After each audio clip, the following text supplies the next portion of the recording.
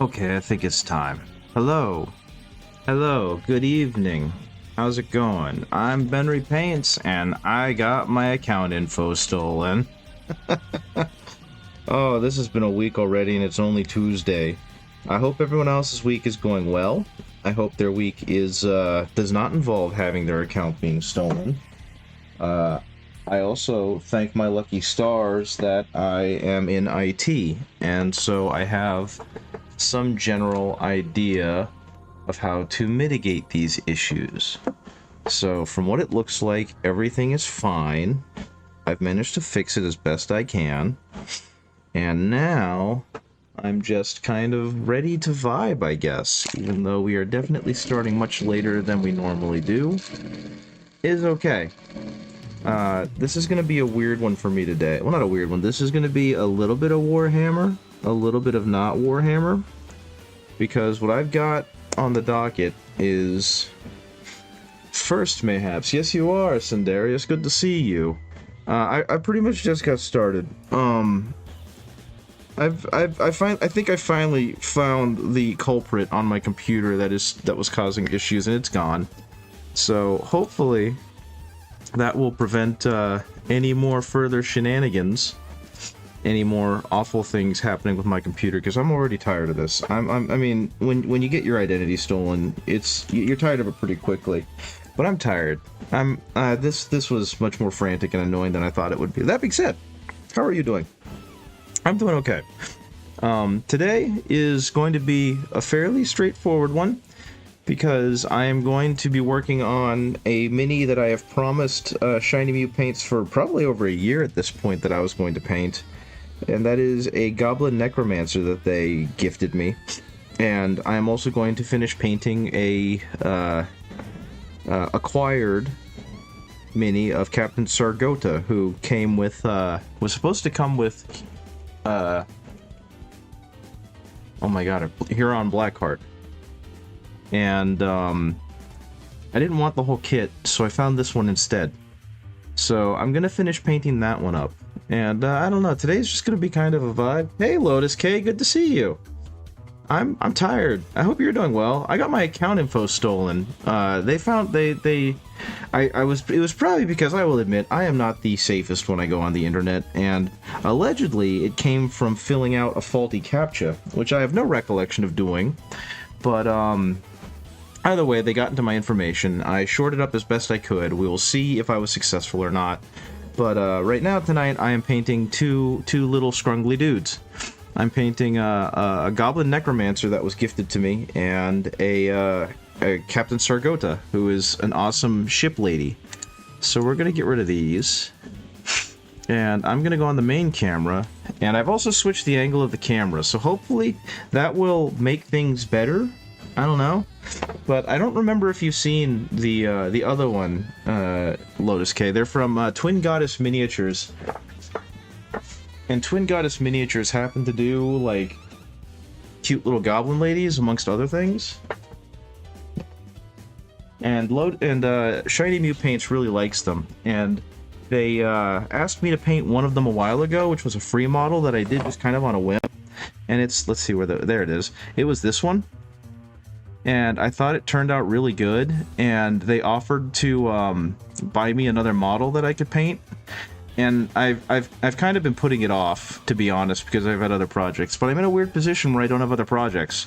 So I started painting it a little while ago, and I've got this. It's a little Goblin Mancer. It's this thing right here, this lovely lady. And I started painting her, and then I stopped because I had other stuff I was working on. So now I'm painting her again. And I apologize, but the pollen has been god-awful in Virginia, so I might have to sneeze. I might have to blow my nose, like now. Oh, my apologies. I'm gonna pause this real quick. Hey, Darkvolt, it's good to see you again. One moment, I'm muting so I can blow my nose and not be horrifying and gross.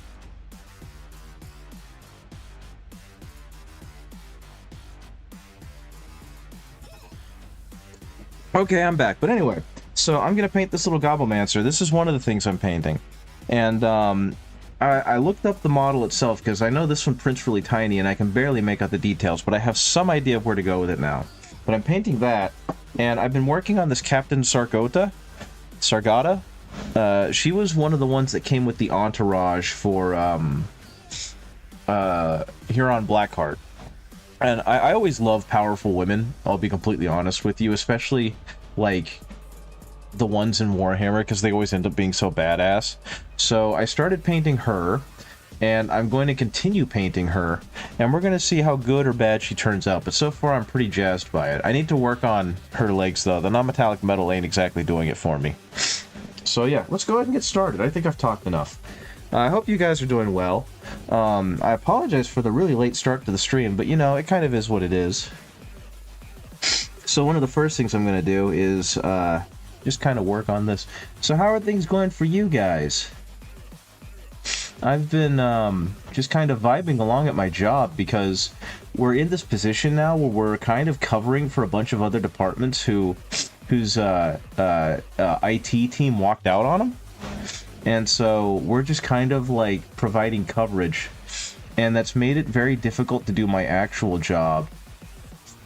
So I'm just kind of vibing and doing what I can and letting it fall apart around me. Oh my gosh, I should not have sneezed. Me sneezing was a bad idea. Whenever you have the opportunity, guys, if you're going to be on a mic, don't sneeze, because then terrible things happen and you can't breathe. And you make gross noises into the mic. I'm going to blow my nose again. I'll be right back.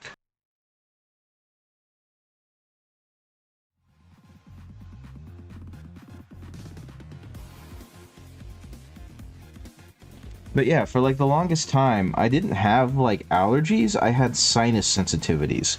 And it turns out, apparently, that this year, my body is like, no, you know what?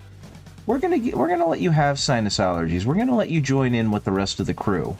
Everyone else is having sinus allergies because of the pollen, so you are too.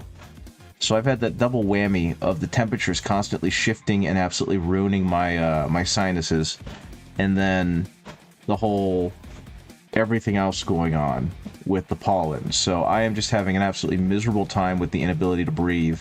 Though today I've been pretty good. It wasn't until I got down here and I started deciding to stream. So maybe I'm allergic to streaming. I don't know. But yeah, I hope you guys are doing well.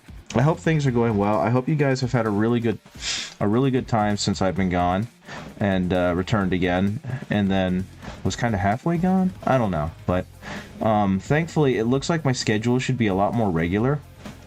And between that and just overall feeling better, I should be able to stream a lot more regularly. And soon I won't have to announce that anymore, because I'll just kind of be here, and it'll be a consistent schedule.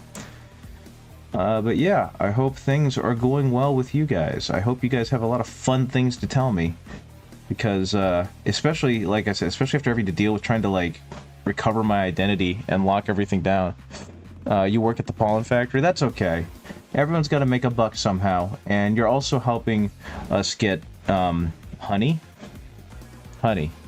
That's it. So, it could be worse. It could be worse. You could work at the factory that develops malware that catches people off guard and then steals their credit data and their two-factor authentication data, and then makes it so that they've got to go and try and recover all of that before you lift a ton of money from them. That would be the bad factory to work at. Don't work at that factory, please. I would greatly appreciate it if you don't work at the factory that steals my credit card data. Because they definitely did. You got yourself a Stompa! And you picked it up from the local Warhammer store. Very cool. What are you gonna do if, like, this is the edition where they release a Stompa? Like, Stompa 2.0. And it's made out of, like, it's got, like, a considerably better setup. Actually, knowing them, what they're gonna do is they're gonna make it exactly the way you don't want it. And it's gonna be stuck in this one pose, and you're gonna be really upset with it because they made it wrong. That is true. Then it's a second Stompa, right? It'll be a second weirder Stompa. It'll be like you'll have Daniel and the cooler Daniel. And the cooler Daniel will always be the first Daniel. You just do that for a hobby? Well, in that case, I hope you don't live in New Jersey, because they tried to DoorDash a couple of items to New Jersey, and it was to the same address. So either they were doing something really nice for a friend, or I now have their home address, because I looked it up on Google Maps, and it's in a suburb. And if if that is their address and it isn't a suburb, well, my birthday is this Thursday, and I plan on taking a 3-day weekend. And New Jersey is not far enough away from me to deter me from driving down there and giving them a piece of my mind. And letting them know that I am very disappointed in them for using their time to steal people's money. If they make a replacement model just for pose. Yeah, I know you don't like the monopose models. And it is really weird because they have to, like, compromise between that cool pose versus pose variety. And I think they've gone too far into the cool pose. And I kind of wish they would back off on it and move back into, like, the troops get the pose variety and the customizability. And then, like, the hero units get the cool pose or something. I don't know. What I do know is I have no idea what I'm doing with this lady. I think I'm trying to give her gold trim, which goes against... It's not only perfect and customizable. That is true, yeah. Like, I like that I've seen in a couple of cases, what they seem to have done is, they've, you know, like the troops for the, infractors? I don't remember the names, but they made it so that even though they are technically monopose, they're cut perfectly vertical at the shoulders. And I think that was, like, the best thing they could do, is make it so that the shoulders and whatnot are interchangeable. So you had a whole ton of different ways you could pose the guys, you know what I mean? And I think that was smart, and I wish they would do that with every set of models they make. They did it for the Terminators, too. So while they do have a specific, like, lunge that they're trying to do, you could put whatever arms you wanted on them. And that meant that all the Terminators I painted for my Imperial Fists, they have a bunch of different... They kind of have a bunch of different poses. I'll be honest, I was a simp, and I just put them in the same poses because I like the poses they came with. I'm sorry for the sniffling, guys. I'm trying not to be gross, but... I sneezed, and apparently sneezing is something I'm not allowed to do without my nose running like a tap. But other than that, it's been kind of chill. Hopefully it's been chill for you guys. By far the biggest news, I like, that's the worst part, and is that because of how I work, I haven't had a whole lot of fun news to share. So, like, outside of learning that Del Monte declared bankruptcy last year, which is a big old canned vegetable and fruit company, and that it caused a bunch of farmers to have to burn and cut down their trees, which is like, that's not the news I want to talk about. Second fun thing, you finish your Terminator Captain right when I start streaming, so you put the pictures in the Discord? Hell yeah. I'll have to give those a look in a second. I'm like struggling what to do with this lady, because I don't want to do everything gold. But I think she's just going to end up having a lot of gold. Let's look at this. As I sniffle. Sniffle, sniffle. Window capture. Discord. Discord? Showcase. Oh, look at that. Look at that non-metallic metal. That's smexy. Okay. Sniffle. Don't truncate the usernames. Open media link. Darn it, I'm having such a hard time because I have completely forgotten how to do things on this computer. Open media link. One more. Open media link. Oh, look at that. Was that a freehand? Because that freehand on the back of the cape looks really heckin' good-o. And don't worry, guys. We will all see this in a second. You did a great job with that non-metallic metal. I gotta get better at doing the scratchy stuff like what you did. Okay, so here we go. 3, 2, 1. Please, please. Yeah! Look at that. Look at that. I need to blow my nose again. If you can't hear it, I'm so sorry, guys. I sound like I'm very stuffed up.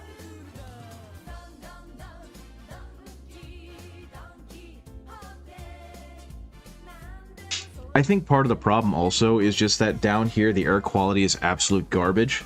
I need to take an afternoon and just sweep up in here. But yeah, look at that. That's freaking fantastic. I love the vibrancy of color you get because it's really old school, but you have a lot of those like new school techniques in there too with the highlighting and the shading and the non-metallic metals. It looks freaking fantastic. There it is again. I kind of wish I had kept that sword instead of giving him the chain sword I gave mine from not that pose, but like the Azrael pose. Yeah, that looks, or the Belial pose. That's what I'm thinking of. That looks freaking fantastic. I think you got that freehand there. Look at that. I can't freehand very well. I keep finding other news from memories. I did a 5-hour stream where you exported your Black Templar video working on the thumbnail down. Very cool. I hope it went well for you. I hope you had a really good stream and a bunch of people tuned in. Yeah, that looks amazing. Really good job. Awesome job, man. That's great. Swords from the standalone Terminator Captain because he switched stamps. Okay, yeah, because I remember Belial comes with a sword, and I remember being like, I don't want that sword. I want to use this special chain sword I found because it's a relic chain sword, and I forgot that it's the one from Space Marine 1. It's not Rogel Dorn's chain sword, but it's what he's got now, and so that's fine. Slow stream, relatively reached for like 30 people, so I mean that sounds pretty good. That sounds like you had a good old time. What was I doing? Oh yeah, I was doing Bone. I just realized I'm playing the Don Quixote theme. I'm not sorry for it, but I forgot that this was like my Yakuza stream music, so it's supposed to be like a bunch of like hype music and fight music and tough guy music. And because I really like this song, I put it in my original playlist, and I didn't check which playlist was on here when I started the stream. So I hope you guys all just really want to go to Don Quixote now. Because, yeah, it's silly. Okay, so I think actually I'm gonna go ahead and make her mask bone colored too. Oh no, I was gonna do her eyes, that's right. I was gonna make her eyes have that, like, milky, pale look to it. So we're gonna try and do that. And I think I finally cleared out my nose a little bit, so hopefully that'll help me not sound so completely congested. Yeah, see, this is the kind of music I was expecting to have, because this is just from a bunch of Yakuza soundtracks, because I really like the fight music from those games. I made that too wet. And I've been so Yakuza pilled the past, you know, few months. But yeah, I got a friend who's trying to really get me into Spearhead right now because he doesn't want to play Big Age of Sigmar. I don't think he likes that game very much, but he is a big old fan of Spearhead. And I haven't played any Sigmar. I have no idea how it plays. I just know that Spearhead has apparently become very popular. So if anyone knows anything about Spearhead, I'm all ears. You can tell me anything you want to tell me about the Spearhead. I don't know how it plays. I've heard it's a lot more standardized than like Combat Patrol. And I guess that would play well, because it just makes the game a whole lot easier. But he keeps like trying to convince me to get into Spearhead, to buy a Spearhead and to play him. And I want to. I legitimately want to. It looks really cool. I'd love to give it a try. But I just don't have the money right now. He keeps being like pawned off to different projects and earmarked for different things. So I know for a fact I want to get the 11th edition launch box, and that's pretty much entirely because I want to paint those orcs. I want to have an orc army with absolutely terrifying eyes, and they look just scary enough, you know what I mean? And I think the orcs, with the exception of the weird boy, all look just scary enough. Though I think the weird boy also does a good job of being intimidating because his eyes are all kinds of insane. So I'm very excited to eventually get to those and paint them, because those are going to be probably my big painting project over the summer.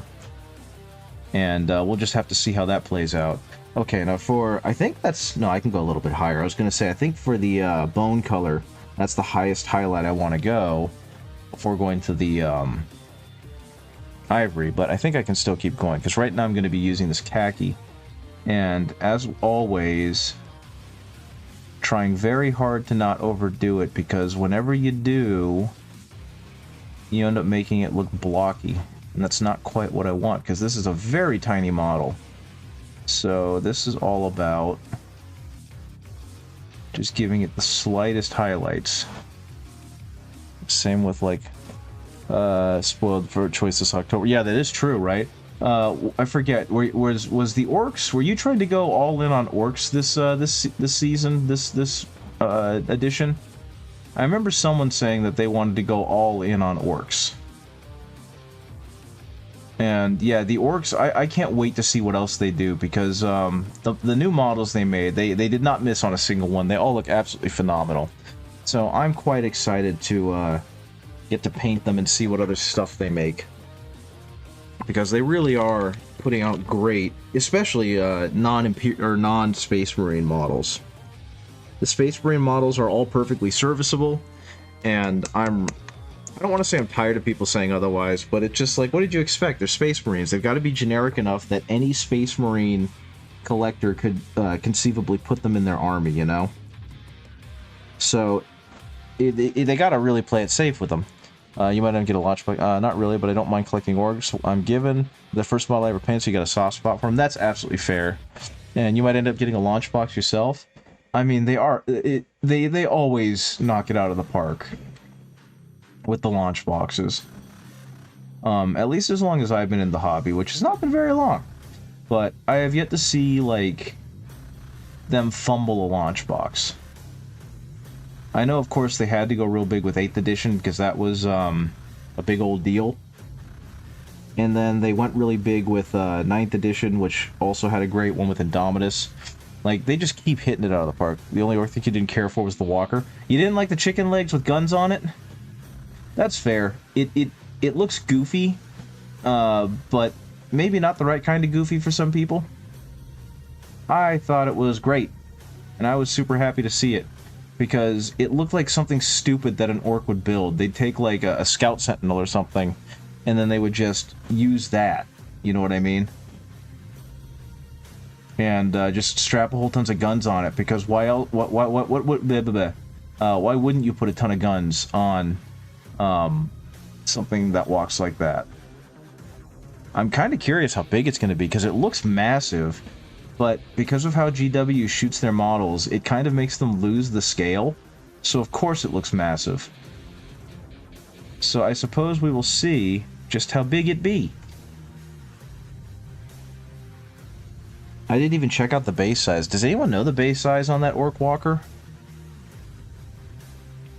And I know, like, Darkfold is super excited for the land speeder because of what that entails for their Dark Angels, which is obviously always good. I'll be completely honest, I've never been a huge fan of the land speeder or like the storm speeders. I always thought that they kind of fell too far into the realm of goofy, but that is also needs to acknowledge how long it's been in the game. And it would be wrong of me to, with the Stompa, also got the current Def Coptas. These are push fit just like your original Assault. Yeah, they were part of that combat patrol, I thought, and that was kind of it for them. They didn't have a whole lot going on for them. And I guess because they're so damn spindly, right? But yeah, I've been thoroughly impressed with everything that Games Workshop has kind of put out recently. And it's been hard to be like, no, I can't buy that. I have to get XYZ. Probably like an 80mm. That sounds about right. How big is the Redemptor Dreadnought? Isn't the Redemptor Dreadnought on like a 90mm or whatever? So it's basically the size of a Redemptor Dreadnought, and that's pretty darn big if you ask me. I guess the other thing about... Oh yeah, on Thursday I have another model coming in that I bought on eBay, because it's normally like a $65, $70 model, and I managed to acquire it for 40 something. So like I got 2/3 off. Can't wait to buy the kits cheap on eBay. That's the other part of it, right? That's what excites me, is like I really like the boys. I think the Orc boys turned out fantastic, and I can't wait until, because everyone has boys already, they're selling off like half the squad or whatever, because I want to have an army of just a ton of boys. And I don't really like the artist, because the artist ended up doing some really gross things, but I thought that his depiction of the orcs as more savage and feral and terrifying was spot on perfect. And part of that involved giving them these creepy red pupiled eyes with like black eyeballs. Sclera, I guess? I don't remember what it's called. But it just made them look haunting. And that's kind of what I want to do with them, is I want to give them all kind of slightly duller green hides, and then that kind of red pupiled, beady-eyed look, just to make it look like they really lack the intelligence, that they truly are savage. And my hope is that it ends up looking absolutely nightmarish. Okay, I don't mind, but I'm rummaging through my bits so I can see if I can put the old Defcopters on the bases that are similar to the contemporaries. Possibly. You want to buy a bunch of orcs to practice green skin? Well, a kit of boys, like the original boys, is still only like 40 bucks on eBay. So that is definitely an option. Or you can buy a Commando Squad, because those are relatively new, and they're free. I love the Commando Squad models. They were the first orcs I think I actually painted, and I think they're phenomenal.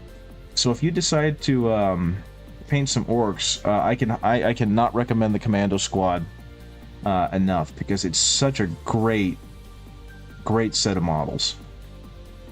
Oh no, my nose is tickly again because of probably the dust down here. I'm gonna sneeze. I'll be right back. I'm gonna sneeze.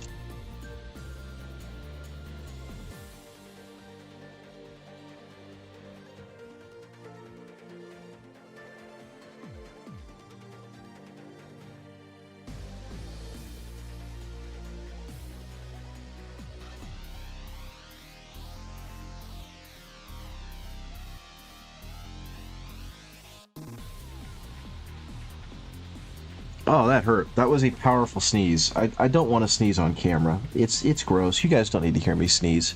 But, that one hurt. That was a bunch of them, and then I had to blow my nose. So, once again, unfortunately, there's a good chance that I'm going to need to stop for a minute so I can finish blowing my nose. Okay. I mean, I have no idea what these bits are supposed to be on her. So, what I'm going to do with them is I'm just going to paint them up to be like a non-metallic metal. And work from there, because unfortunately it looks like my print it didn't fail, but it definitely did some things that are making it harder to kind of make out what some of these really fine details are, because this is an extreme, I said it before, this is an extremely tiny model, and it's kind of unfortunate because it just means that she has a ton of small details and I don't have a fine enough paintbrush to go through them. So the best I can do is kind of broad stroke it, and it feels kind of like I'm painting a Space Marine with a whitewashing brush, you know, the kind you use to paint fences. Okay, so we're just gonna do that, and once again, guys, my apologies. I'm gonna blow my nose because it's. You want me to hunt down the original art sculpt? Yeah, sure, go for it. Oh wait, you mean for the Gobbo? I've already got it. I've already got the Goblin Necromancer sculpt art render thing.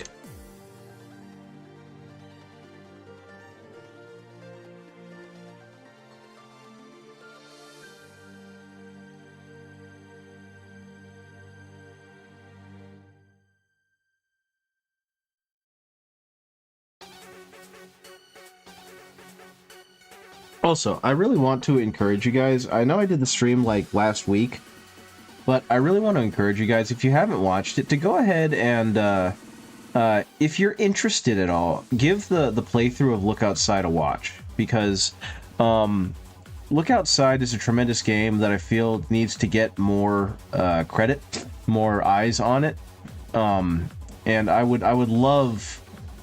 Because I played it, and I would love to see it get more popularity. I would love to see it get more exposure, because it's a very, like, marginally popular game right now, and it so deserves the attention, because he put so much work into it. I got blown by nose again.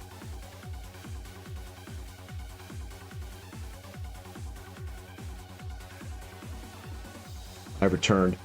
So yeah, if you need anything to kind of co-work with, or you just want to watch me have a really bad time, because I'm not good with horror games, and I'm pretty sure I say that quite a bit through it too, I would definitely give that a watch. I think I got pretty far, because I've played through the game before, and so I know a decent amount about it. I'm not like a metagamer, and I'm not an expert at it, but I think I got decently far.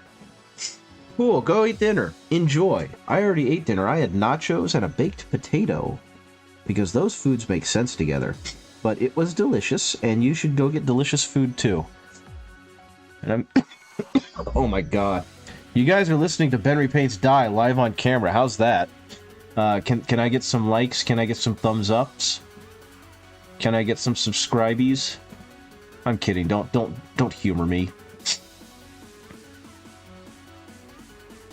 But yeah, I would love to encourage you guys to please, if you have the time, give Lookout Side a watch.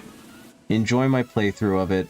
I'm going to continue playing through it possibly later on this weekend or this week. And when I do, I can only hope that you guys enjoy watching it as much as I enjoy playing it, because I love that game. I want to play through it some more. I want to see if I could beat it, because the game's only like 10 hours long. 10 to 12 hours long. So if I play a couple of hours every week, that means in like 5 weeks I can play through the game and you guys can see most of it. But that also requires me not being bad at it, and I don't have any guarantees about that. I'm gonna try my best to not be bad at Lookout Side. But it is so worth watching. It's got a fun little story. It's got fun little characters. I think everyone who watches it will find a great a character that they kind of glom to. Yeah, I just recommend it. So I will continue playing Lookout Side, and I hope that encourages more people to give it a watch. Okay, so I honestly don't remember how to do non-metallic metal on blades. I know that there's like, you go where the light it would shine the brightest on it, right? So in this case, I kind of went on here, and it's not going to be super visible, but I'm just trying to figure out where light would potentially hit on the scythe, which I will not lie. Part of the reason why I love the Death Guard is because Mortarion uses a scythe, and they've got dudes who use scythes, and I love scythes. Like, I'm not a fan of the Emperor's scythes, but I'm not that far from being convinced, because their name has the weapon in it, and I love scythes.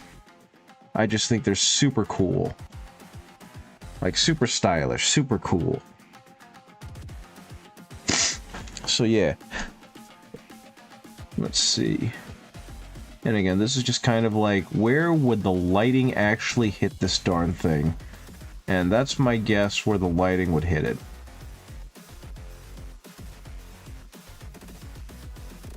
And once again, for those who don't know, I had a lot of fun with the Yakuza. I'm sad that the last game, not the actual Yakuza, the video games, Like a Dragon, I had a lot of fun with them. I'm sad the last game kind of stumbled out of the gate and got some really bad PR. I'm not super interested in playing that one, but I love the music from all of them. And this song in particular, I really like Yamai's boss music, and I think they absolutely nailed it with giving him a really cool recurring boss theme, even if the guy himself's a bit crazy. Okay.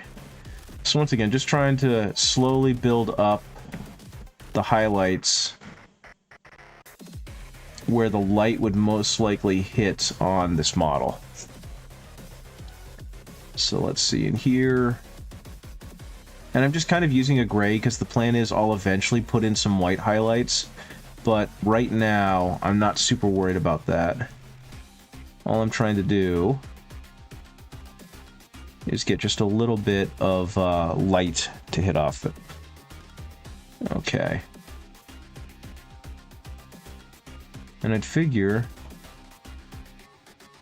that looks about good. And I honestly don't know how long I'm going to go for this model. I think this one's just going to kind of be until I get tired of painting it, and they'll switch over to Sargotta, because I'm actually really interested in finishing her out. She's got a whole bunch of...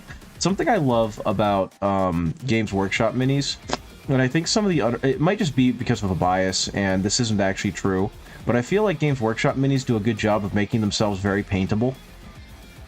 And so I enjoy, I seem to enjoy painting them a lot more than anything else I've painted. I have had fun painting other models, but none of them bring me the same kind of good brain juice as Games Workshop models. There's just something about the look and how they're put together, and just how they paint that really makes me like them. Oh my goodness, that was awful. I'm sorry about that camera going out of focus feature. Okay, so back in here, back in here, back in here. A little bit more water.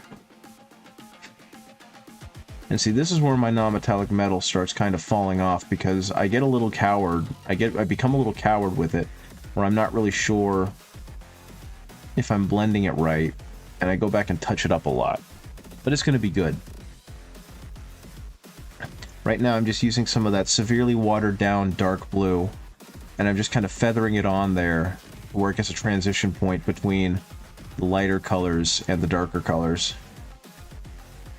And to be honest, it might not need it. Who knows? I guess we'll find out.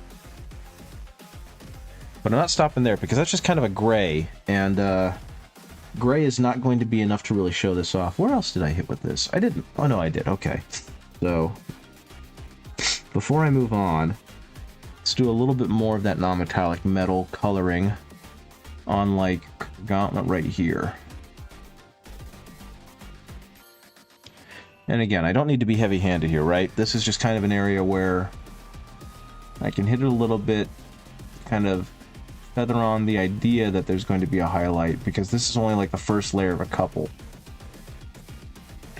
And that'll do a good enough job of selling it. Okay, so that's going to be good.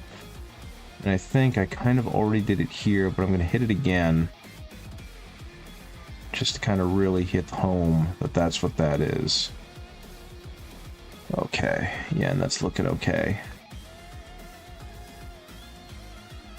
And see, it really has become one of those things where I'm still not very good at light placement, which is the real kicker for non-metallic metal, but the only way to get better is to keep working at it, because the more you do it wrong, the more your brain goes, yeah, that's not right, and then when it sees it done right, it goes, yeah, that's right, that's how it should look. And that can kind of help you figure out where to place your light when working on non-metallic metal. At least that's been me so far. I've been seeing a lot of other people's non-metallic metals and going like, oh, that's where the light placement goes, because I compare it to where I have placed the light and why it didn't look so good. So it's one of those learn from your own mistakes type things.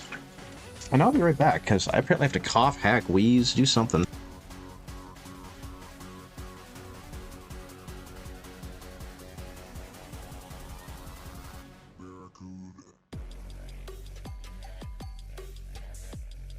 Okay, I'm back. Let's try go to maybe straight gray. No, I've already done straight gray on there. So maybe I can go to straight gray on the thigh pads. I'm not even sure if these are supposed to be metallic, but they are for my purposes. She's wearing metallic thigh armor. And let's hope I made this not wet enough so that, oh, that's definitely too wet.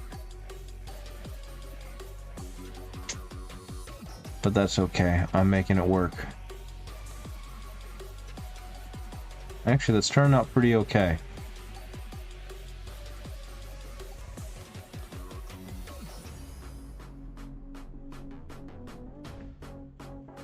Okay, and again, this is all going to get even further highlighted with a white, which will hopefully really bring out the metallic in there. Okay, so doop. Doop, doop, doop, doop. And all I'm doing is gently, very gently, very tender, or like, I don't want to say tender, delicately, like putting in a little bit of the gray, because I don't want to just slab it on there. That's where it's going to create problems. And honestly, this is the first time I've been able to feather it on so delicately. Normally it wants to fight me about it, but right now it seems to be doing what it's doing. Okay. That actually turned out halfway okay. We'll see if it actually looks good in a minute. So now the next thing to do is use some white, and I've been using bold titanium white for the longest time now, because I honestly think that Pro Acryl makes the best white in the business in terms of color. But I don't know, I'm waiting for someone to kind of take that crown from them, because like the rest of their colors, it's very vibrant.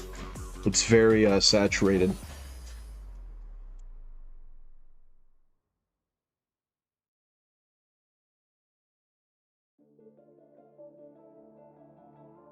You might just think it looks really darn good. Sorry. Like I said, I'm having some sinus issues today. And it is definitely because of the pollen, because it's gotten to the point where when I go outside, I can, like, smell the pollen. Come on, there you are. And I don't know if you guys have ever had that issue where when you go outside, you just immediately know that it is pollen season. And if you are sensitive to that stuff, it is kind of the worst thing ever, because your entire body recognizes that pollen is now going into your lungs. And it feels kind of dry and scratchy. At least it does for me, and that's the worst of it, because then it feels like that for the rest of the day inside your nose. As your body starts swelling up and starts being like, no, we can't have that in our system. Okay. So honestly, this might be turning out better than anticipated. Okay. Okie dokie. Okay, so next, a little bit more. And right now I'm mixing the gray in with the white, and that's kind of helping with the color matching a little bit. So now just a little bit of that.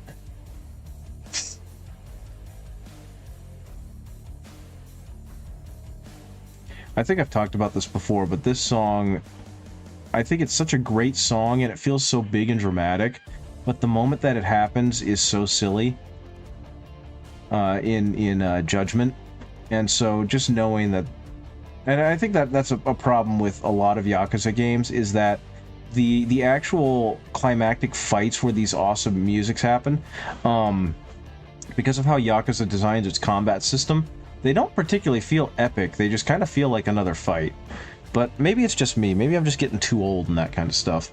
But yeah, I think they're great games. I love them. I love the cinematic build-ups. But the fights are always kind of the weakest parts of those for me.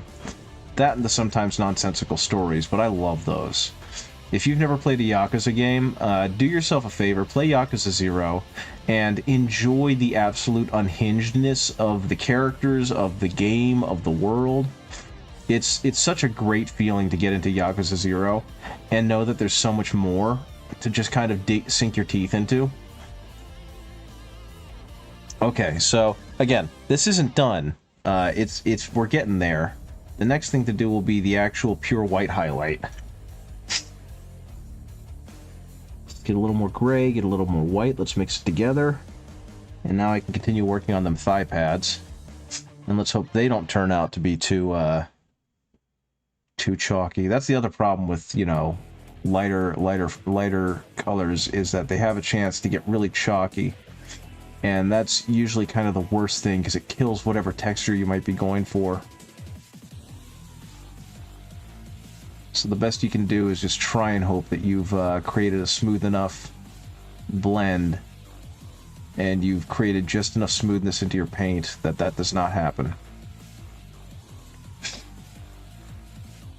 Doing this kind of stuff and learning how to do this light feathering has given me the utmost respect for, like, the really skilled painters, because this is difficult.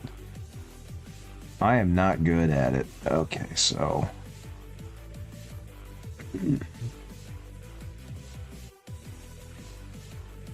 Okay. And again, I'm just trying to, with these highlights, I think I've talked about it before, but in general, whenever I do one of these highlights, my goal is kind of to hit only 3/4 of the previous area, so it can have that nice build-up. You know what I mean? The top part of the or where the light is hitting the hardest, that should have the brightest spot, but it's also going to be the narrowest spot of contact. That's not going to be a spot that actually gets hit too hard. See, like, this shape looks unnatural, which means I probably did this blend wrong, which means I'll have to go back and kind of fix it. And that's perfectly fine, that's part of the process. But it doesn't look like how I would expect it to look on an actual rounded piece like this, and that's just my inexperience showing.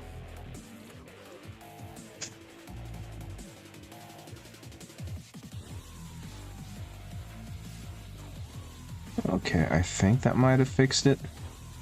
I don't know. I suppose I'll find out later. I have to go back and look at it again, and I'll check to see, is like, does that look like non-metallic metal? And then I can go, no, that really doesn't. And then I can go back and fix it further. Because one of the worst things you can kind of do is be too close to the project, because then your brain won't kind of shut off. That looks a little bit better. Okay.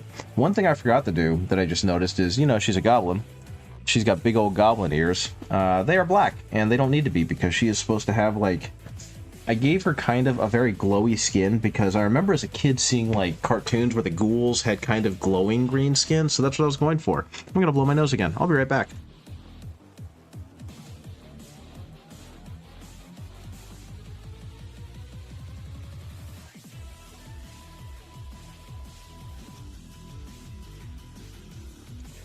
My body is just like, aha, all of the pollen that has been nestling inside me has decided now is the time to come out and bother me. Okay, so what I'm using for the goblin skin is actually a jade, which is not what I was expecting. And then I go higher up in color, though I honestly don't remember to what. I think what I ended up doing is actually using Dorn Yellow as a highlight for the jade. And I suppose we'll do that again because I legitimately don't remember what the heck I was doing. So... let's hope I'm halfway close. Okay. I will say one thing that does kind of drive me nuts is that Pro-Acryl makes great paints, but their dropper bottles are weird, and they don't do their thing too well.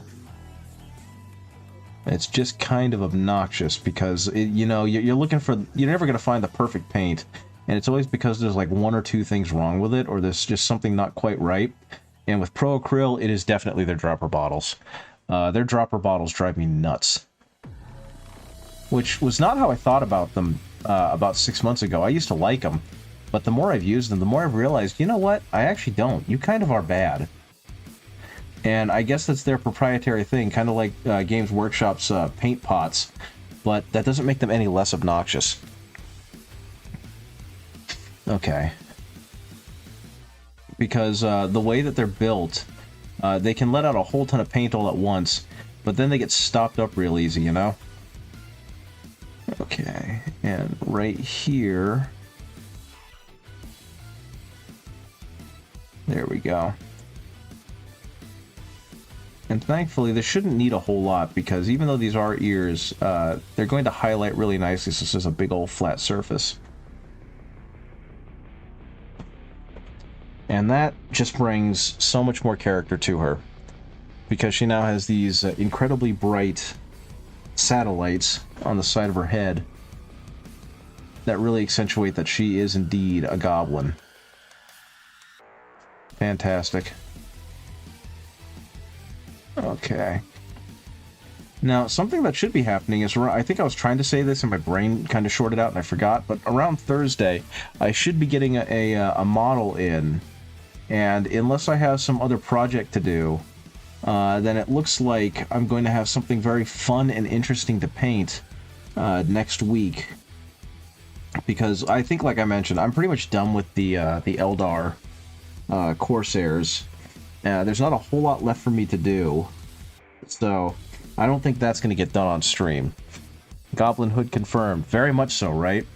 Like, up until then, it was just kind of a tiny lady, but now that she's got the giant ears, it's like, oh, you're a goblin. And of course, there's nothing wrong with that. So let's see if I can get in there. She's got such giant eyes, and they're so deep set. You really need to have, like, a flat tool to get in there. But I think I hit those okay. Now, what I was originally going to do was I was going to go ahead and make it so that her eyes were like milky yellow-ish. But I seem to have forgotten, and I've already put away that paint, so I guess she's just going to get white pupils. And I think what I might do instead is I'll use some speed paint in there. Oh, those are upsetting. They're very deep set. That's okay. And let's see, it looks like that's slowly starting to dry out, so we're going to go ahead and mix the Dorn Yellow. And we're going to see how this goes.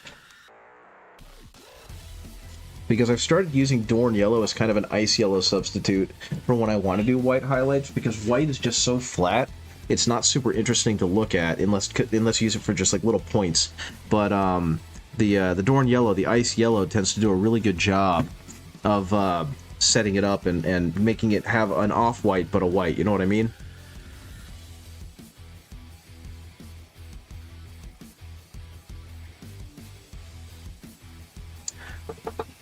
A long time ago, I taught myself how to blow my nose so I could honk like a horn. And I still do that, but now I do it because I don't know how else to blow my nose. And it's both a combination of frustrating and very silly. So I suppose there's that. But my goodness. Okay. I think I've talked about this before, but Man Who Erased His Name was like, that was kind of a symbol, a signal that RGG was running out of steam, and that their stories were getting too stupid. Because Man Who Erased His Name is dumb. And not necessarily dumb in the way that most of the Yakuza games are dumb. It's just dumb. And I definitely remember thinking as I was going through it that one of the big sells of the game was that Kiryu was going to have secret agent equipment, and he was going to be a secret agent. But you spend most of the game with everyone recognizing you, and you don't really do any secret agent things. You don't go undercover. You're just kind of playing Kiryu as people go, hey, it's Kiryu, and he goes, I'm not Kiryu. And they're like, you're fucking Kiryu, dude. And so it doesn't really have that feeling I think they were going for. But like you can hear it in the song that they were trying to go for something secret agenty and dramatic, and it just didn't land. And it made me sad because like the game had a cool idea and it had a cool setup. It just fell flat with the delivery. And like their other Gaiden games, it just kind of stopped right when it was getting good, I guess. And it had that problem where like all of the major characters that weren't created by RGG were face acted by like popular actors. And I guess that's fine, but it just kind of takes you out of it a little bit. Hey, Nameless Asteroid OV, you can go ahead and totally get fucked and go away. That's right. Goodbye. Okay, the scan's still going, so that's probably good. I'm running one last big old virus scan on my computer to make sure I purge the demons. But we will see, I guess. Okay, so what I want to do now is I'm going to go a little bit over on the ears, and then I'm probably going to blend back into a darker color because I did not realize how bright this was going to be until I actually looked at it. Okay. And then blend back into the jade green. Yeah, this is kind of bad. I don't remember how I did this. You ever had that happen where you like paint something and you've completely forgotten how you painted it? And I don't think I did it on camera. I might have, but I don't remember. So this is all just kind of getting improv'd. Okay. Though I think that turned out okay. I think it matches pretty halfway decent. That's kind of what I'm feeling with her, is that I had an idea, and I had a paint scheme for like the rest of her skin, but there's so little of it that I kind of forgot. Okay, so let's go ahead and make these eyes just a bit more interesting. And as with everything with painting, a huge part of it really is kind of figuring out the right angle. And unfortunately, based on what I'm seeing in there, I did not figure out the right angle. This is something I'm going to have to go back and fix later. That's fine.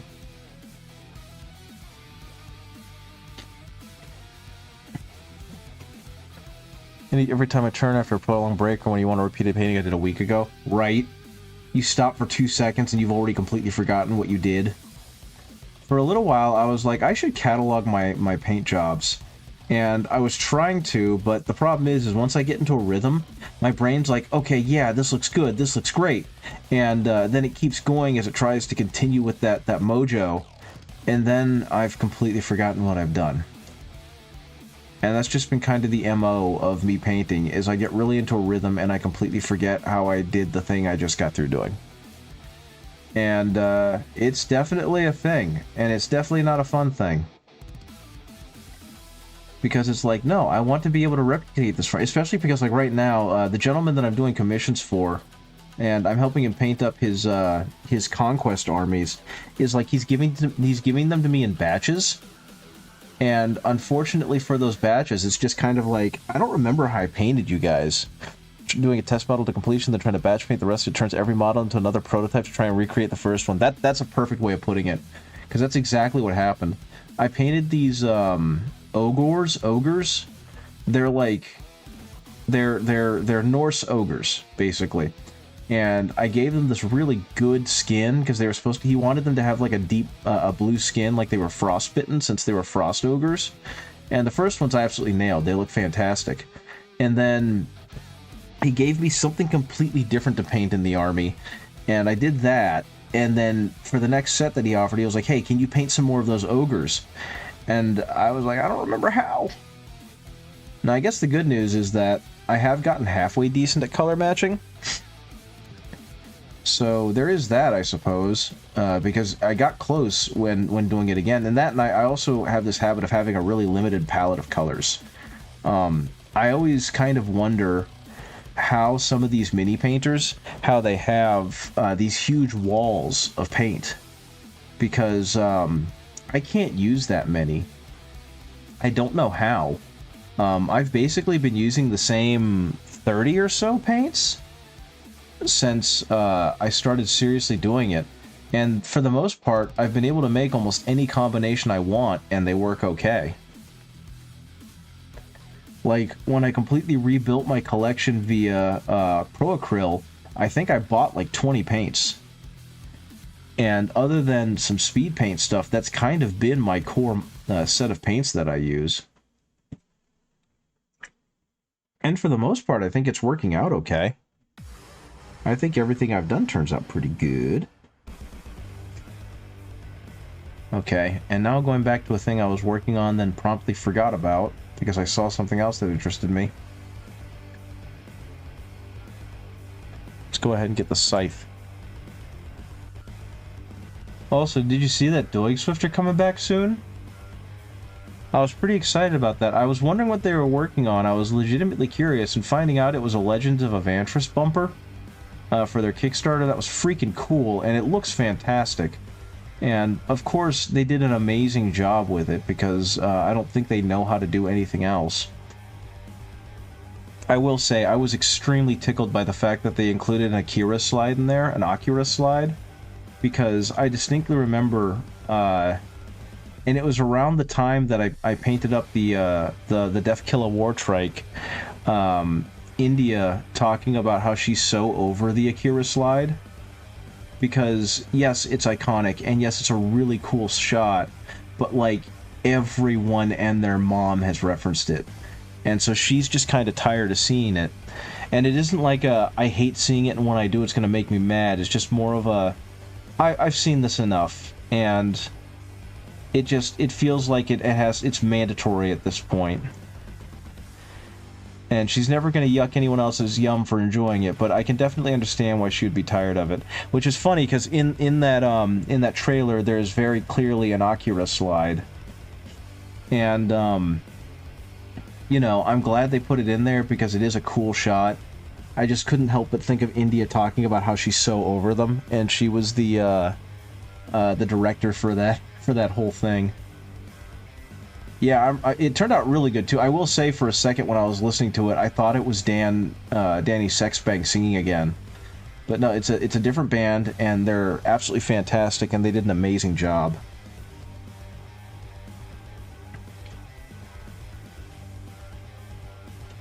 And I think it's really cool that they got to be part of another big project, and I can only hope that Knights of the Light table continue to make really cool stuff and keep getting these big old interesting projects, you know? But they did mention that they were going to try and come back. Like, they want to come back and they want to get back to yapping. And I would love that, because I miss them, and I'm glad they're doing well. That's been one of my favorite things about it, because if it wasn't for them, I wouldn't have started doing this. Like, I wouldn't have started streaming, and I wouldn't have met you lovely people. And, you know, been able to do some of the cool stuff I've been able to do. So, I just hope that they're in a good place and things are going well. and that they're able to do the things they want to do. But yeah, especially with how deep I kind of got into Doiks with for a little while because of that stint of unemployment I did, it felt really weird not having them around. It still feels really weird. It feels like I'm missing some of my friends, you know? Which feels a little bit parasocial, but it's less about that and more just I'm so used to having videos of theirs to listen to and watch. One of my absolute favorite songs in the entire Yakuza franchise. Just an absolute barn burner as Kiryu and his friends fight their way up Millennium Tower for like the millionth time.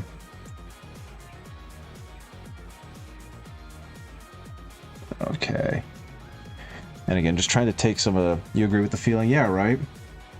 I mean, I feel kind of like, not necessarily to the same extent, because I hadn't been streaming as regularly, but I kind of felt the same way when I had to stop streaming.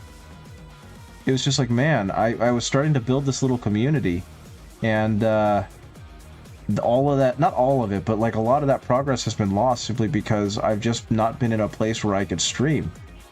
And so I'm not really trying to force it back, like, you know, trying to get the band back together or anything, but I'm definitely excited to see if I'm A, able to keep this up longer, and B, able to continue building like a community with it again, because that was a lot of fun. It was kind of cool seeing stuff start to grow around me, because that was not what I was expecting to happen. I always thought I'd just have my little hole in the corner where I just paint and do stuff. Okay, that's gonna have to be enough for now, because my eyes are getting really funky with trying to see what I'm doing. I'm actually pretty happy with how this Geralt's turning out. I think she looks pretty cool. I think I'm gonna be really not weird about this. I'm gonna make her hair like a paler blue, and then it's gonna have the white highlight. She's gonna have like super white hair when I'm done with this, maybe.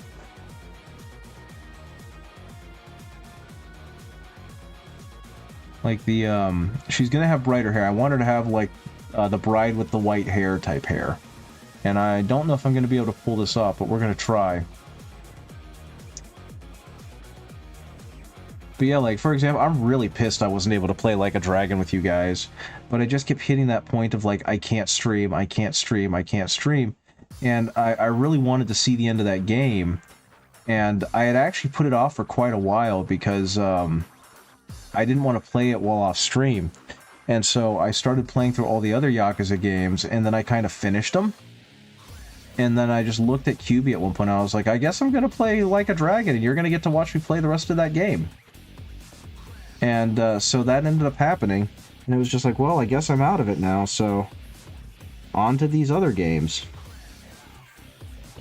I don't know if you've seen all of Like a Dragon, including like the ending and whatnot, but Like a Dragon is wild, and the plot is wild, and you can tell that they really, really wanted to make Ichiban like the new character, and they tried their best to do so, and I thought they succeeded. I thought we were going to have all sorts of cool stuff happen with the new cast, and this, that, and the other, but then they just kind of stumbled and faltered and kept going back to Kiryu, which took a lot of the wind out of Ichiban's sails. And then a lot of people thought that in Infinite Wealth, he kind of became a secondary character to Kiryu again. So it was like they were really afraid to let go of Kiryu. And 8 kind of forced the issue and really put Kiryu into a position where they can't keep using him. And then Pirate Yakuza came out, and even though he wasn't the central character, they still managed to include him in the game in a way that I thought was actually remarkably tasteful. And I enjoyed seeing that, but I'm anxious about what the future holds for Yakuza. Because Kiwami 3 was not good, is my understanding. I hit the camera! Oh no! I hit the camera and things went sideways? No, that was me going sideways. Everything's fine. I changed where the camera was located because it was very far away, and I didn't like that, because it was making the image grainy. So I moved the rig, and I'm trying this out, and for the most part I like it, but I'm worried about stuff like that happening.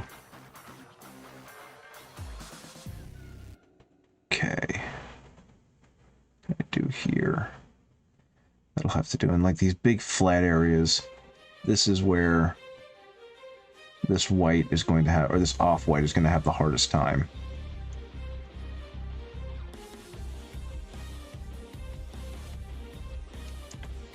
I shared some more pictures, found some bits for the Copta base. Very cool. I'll have to look. I just loaded up my brush, so once I finish kind of hitting this spot of her hair, I'll give it a look.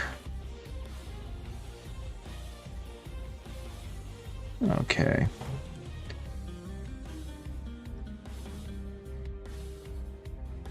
Okay, so... and then we're going to just kind of hit it down here.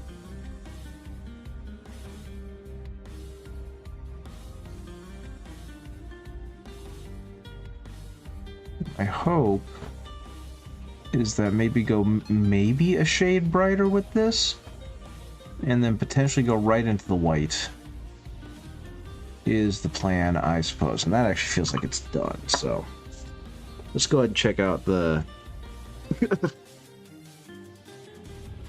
I don't know what that emoji is, but it's adorable.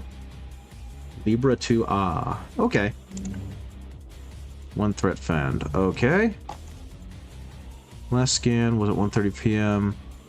No current threats. This is incorrect. Okay, so it looks like it hasn't found any further threats. That's good. Yeah, it looks like it hasn't found any further threats. So maybe I'm good to go. Oh my goodness, look at these Def Copters. Look at that Def Copter. That's really cool.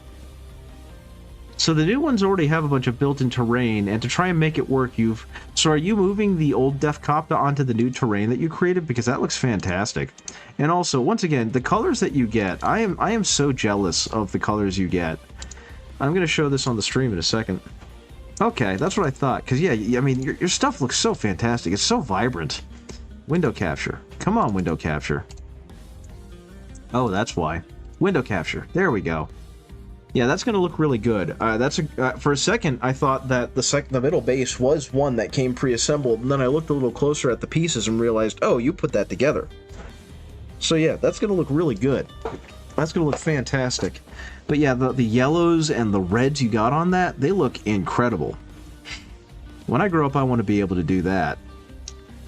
So that's a fantastic looking Def Copter. Give me a second. I need to check on something else. If I close... yeah, I have closed that window. So, pardon me for doing this, but I just want to make sure that stuff is working the way it's working and that I don't have 80 million new pieces of... Thank God I do not. I have a single one, which means that it looks like whatever flood they had of crap that they were sending my way is starting to slow down. And that's the plan. That's what I hoped would happen. Also, I was not aware of it, but apparently, just looking at the picture just now, this is also part of the bone, so I'll have to get that eventually. Her bone armor is actually a full-on rib cage, so I'm going to have to try and hit that, so I'll have to go back and do all that. And let's go ahead and smooth this out a little bit, because this is very clearly very splotchy from how thin the paint was.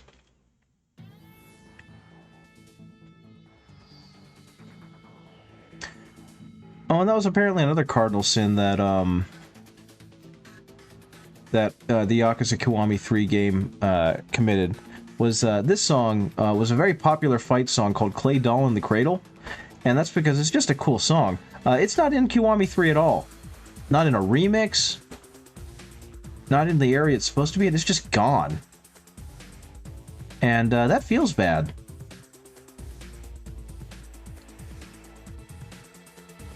Just a minor thing that I know for a fact would have annoyed me, because I really like this song. I think it's super cool.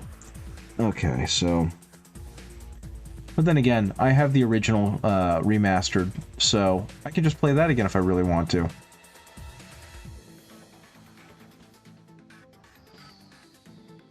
Okay.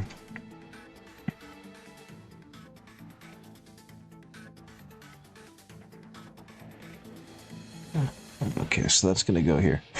I wouldn't think so, because this isn't a independent artist. This is the composer of the game, and they've been using him for forever. Like, it's still the same composer, same couple of composers. And they definitely have other songs that are from the original game that have either been remixed or rearranged or whatever. And But either way, it was just kind of like, man. But I do know, what game was it? There was one game in particular where they did lose the rights to the music because it was entirely with like a couple of Japanese artists. I think it was Yakuza 6. And they had some city pop artists who I know Onsta is very fond of. I think he passed away a couple years ago. And he did specific music for Yakuza 6, the Song of Life. And they didn't have the rights to those music for American distribution, so they had to change it to something more generic, and it really does change like the emotional weight of the scene and how the entire scene vibes out. Because you can find it online. I found it on YouTube actually to see the difference, because I didn't realize that was a thing. But yeah, it completely changes how those scenes feel, because his music, which is supposed to be playing, just isn't. So it's really funky.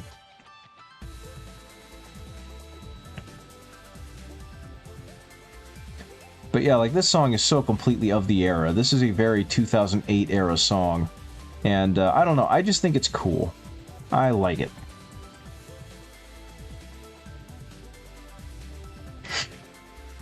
Okay.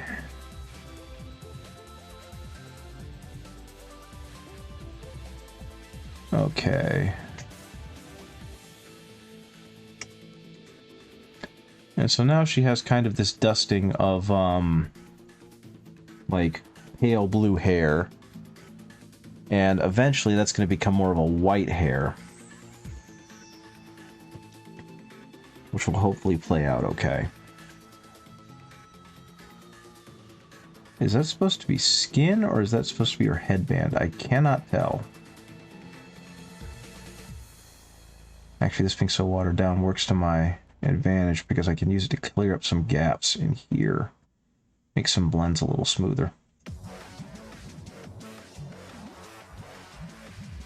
Yeah, I'll just use this in the crown. Go down here, and this will dry out, and it'll still give it a little bit of color. A little bit of depth. That'll be fine, that'll be fine, that'll be fine. Okay, cool. Okay. Let's see. Gotta do her non-metallic metal. I keep forgetting about the non-metallic metal in her gauntlets. Or her bracers or whatever. So I suppose that's the next thing. There's actually... no, that's already good enough. Let's go ahead and add some white in there. And see if I can hit this to be just a little bit more popish. There we go. Okay. I keep forgetting that because of how I've lowered it, everything can be held a lot lower than where it was. And so I keep looking over and seeing that I'm kind of floating the model up into space.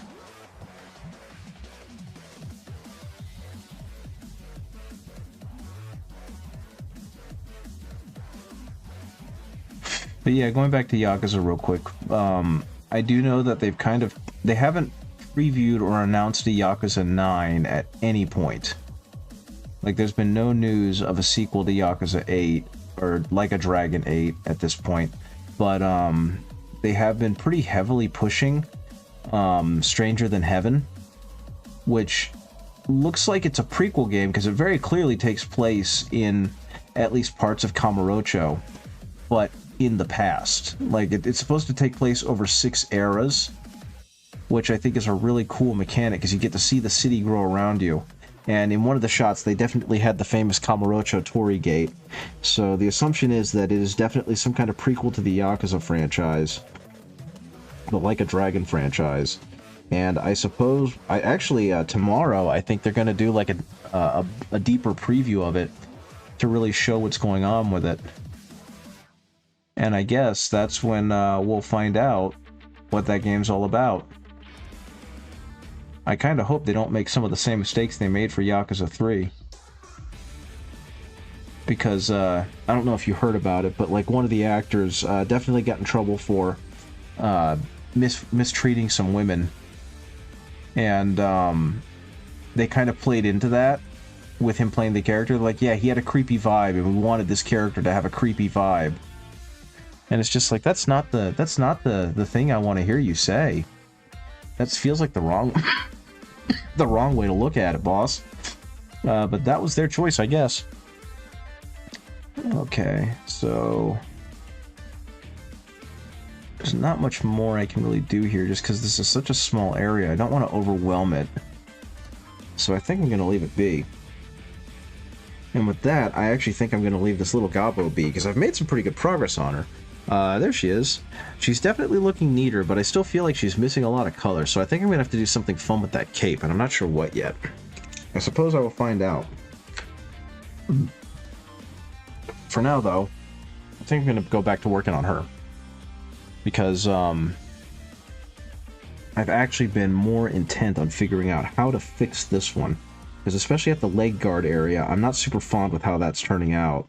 So now I've got to figure out what I can do to kind of fix how unconvincing this looks. So what's probably going to happen is, since I hecked that up, I'm just going to cover it back up with this very watered down paint, and we'll figure it out, I suppose. I thought I got that more watered down, but I guess I was wrong.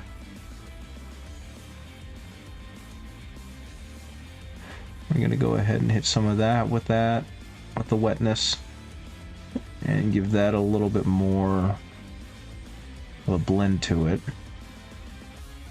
And the stuff up top is just going to have to be the stuff up top.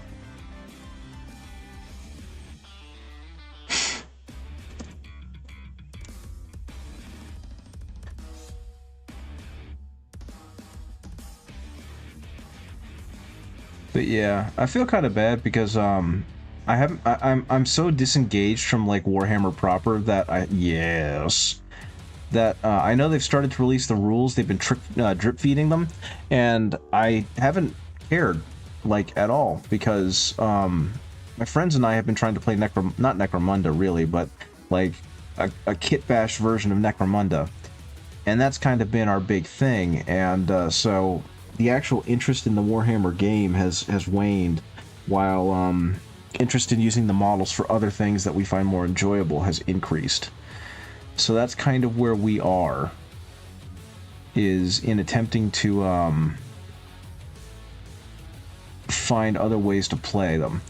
And I think I remember you saying that like you haven't really had much of a chance to play much Warhammer, and so your thing is just kind of painting the models and enjoying the paint. You don't care. The rules are rules. You're getting the box anyway. You don't care about getting the book extra. Yeah, you should just sell that on the eBay. See if maybe you can get a return on that. Like, I keep the books because I like having a weird little library. You know, it's that magpie thing humans do where they got to have all the shinies. And because I have the 9th edition rulebook, and I have the 10th edition rulebook, so I'm gonna get the 11th edition. And I really don't know what I'm gonna do with that, because I'll probably look at it and go, oh, this is pretty, oh, this is cool, and do like nothing else with it because it's too big to lug around. And you know, I don't teach anymore, so I have no reason to like bring it anywhere. When I was a school teacher and the kids were getting into Warhammer, you don't think you have an eBay account? That's fair too. I've definitely taken advantage of mine because some of the models I have painted, I have decided to sell on eBay. And honestly, with the price I got on it, I kind of want to do it again. I didn't get as much as I thought I was going to, but I still got paid a decent amount. For that Inquisitor, whatever his name was. Inquisitor Ozymandias, Ostromandrus, Ozzy Osbourne. I don't remember the guy's name, but he was the Warhammer Plus exclusive. And it was one of those things where it's like, I don't really want him. And I don't really have a use for him because I don't have an Imperial Agents army. Though I suppose if he doesn't sell, I could make him the basis of an Imperial Agents army, and then he sold. I do like the approach to 11th. They separate the books into smaller chunks, one for core rules, one for campaign, instead of doing the giant tome like 10th. That's cool. I know in 10th they tried to do that because they made the core rules free for everybody. And so they put them in a very specific section of the book and was like, if you want the core rules, here they are in this part of the book, and everything else.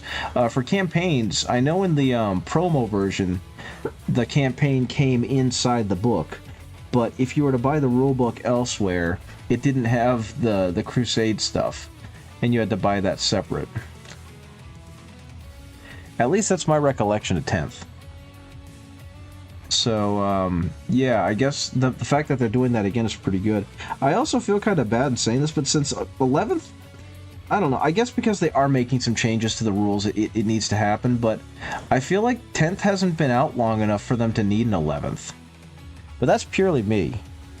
I didn't play the game as much, so I clearly didn't have a lot of time to get familiar with it, but it just feels like 10th hasn't been around long enough. But I guess what they're doing now is, since 10th was a fairly big change to the core game, they're using 11th as kind of a... Yes.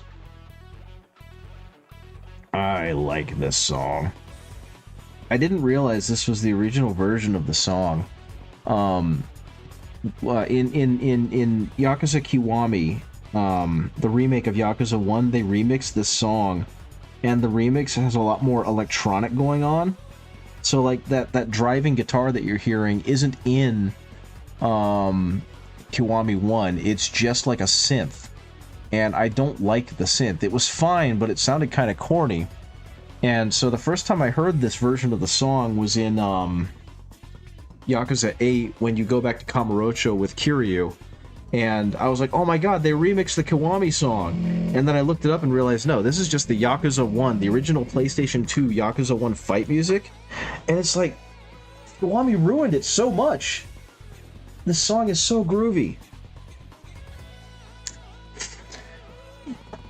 Yeah, but the update with the new additions is just ludicrous. I hate the fact that because they're publicly traded, they've got to do this to keep up with profits. You know what I mean?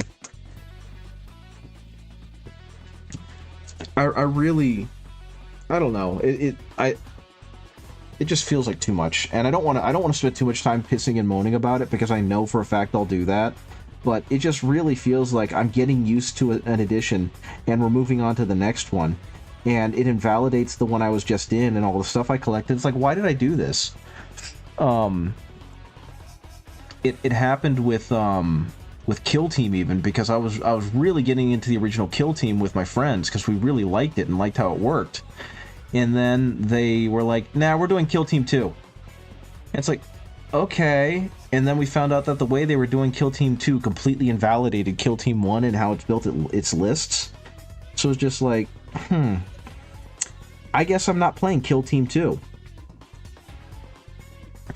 So yeah, the fact that it feels like that's what's happening just feels bad. And I think that's a big reason why I moved over to one-page rules, because they're flexible enough that it doesn't matter. And when they do updates, they're incremental, but it's still the same game. So it doesn't feel like anything seismic has happened. And if it does, I don't care, because if I want to find games of it, I'll find games with my friends who are all playing it, instead of having to try and find official Boodaboo. Want to buy more models to the rulebooks, want to have access to buy the models you missed without them getting off the shelves because they are no longer in current rules. That's a huge part of it. The fact that they're doing that kind of sucks. And again, I get why, because they need to keep producing new stuff and getting rid of old stuff to continue making people happy or whatever.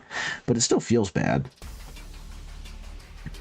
I think my biggest thing is I hate that when new models come out, they're so pushed. Because that just feels like a middle finger to anyone who just wants to paint. Because it's like, oh, well, here's the new Space Marine Detonator. And they do a ton of everything, and they're really good, and everyone's going to want to buy 3 squads. Good luck, everyone, because this game grew faster than we expected. And so then you're left hoping and praying that you can get this guy because you think they're cool and you want to paint them. And I know, it's kind of a quibble to do, because at some point or another, everything's in stock. And it's not like you're buying life-saving insulin or anything. But it still sucks, and I still don't like it. I want to paint my little plastic dudes. Okay, I guess she's getting red cuffs and a red sash.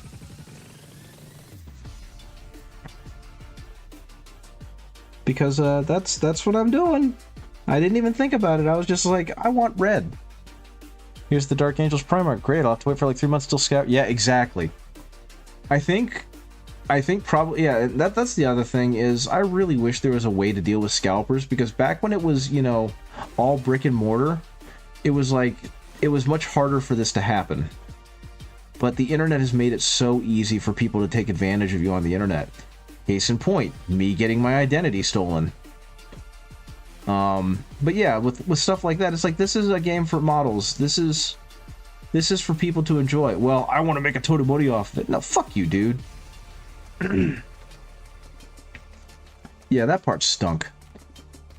Speaking of, did you end up getting a Lionel Johnson? I think you talked about it, that you're like, I still need to paint mine, but I have honestly forgotten whether or not you got yourself a Lionel Johnson. Yeah! And are you just trying to, like, build up the courage to paint him, or is he just part of your, is he just part of your pile of to be painted? Like, you know what you want to do with him, you just haven't, gotten to him yet. I forget, because we've talked about this before, and it's just been a minute since I've had to think about it. Yeah, I think this is going to match really well. I think this red is going to look really good when it pops.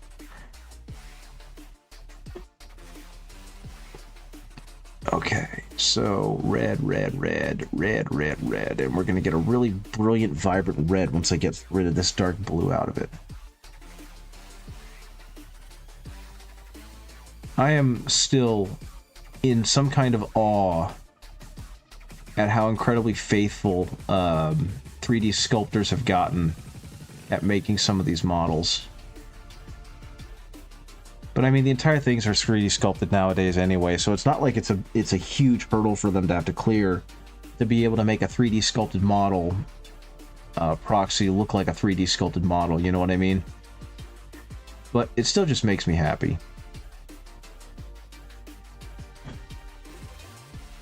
Because I did not want to spend $100 basically to get one model. I don't have a whole lot of interest in the rest of Blackheart's crew. I just really thought that the Admiral lady was cool. And so that's all I'm working on. And like, even then, the eBay prices are nuts. I don't know if you've seen the eBay prices for some of these characters, but actually Huron Blackheart's a great example. You know, he comes in that retinue, the Masters of the Maelstrom, and they are all just so prohibitively expensive. I think to buy her by herself on eBay, she's like $50. And that just is insanity to me, because she comes in a bundle with 5 other guys, and together they're like $100, which in itself felt pretty bad. You have him partly assembled, nearly finished painting the Watchers for his base. You magnetized one of his heads and torso, waiting for to have less stressful time. Progress with my paint skill before you tackle the big character model, same as Azrael. That's absolutely fair. I mean, you know, my opinion only means as much as it means, but based on all the stuff you've been working on, I think you could absolutely, like, blow Lionel Johnson out of the water.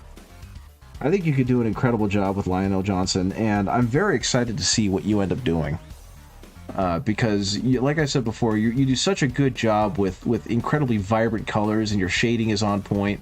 So, like, I can't wait to see how good Lionel Johnson looks when you slap him on the table, and you're like, I'm done. I'm happy with how he looks. And I think I've talked about it before, but that is one of my favorite parts about this hobby, is that because of how painting is as a skill, at least at the level I'm at and that I see it from, everyone has their own unique take on it, and none of them are wrong.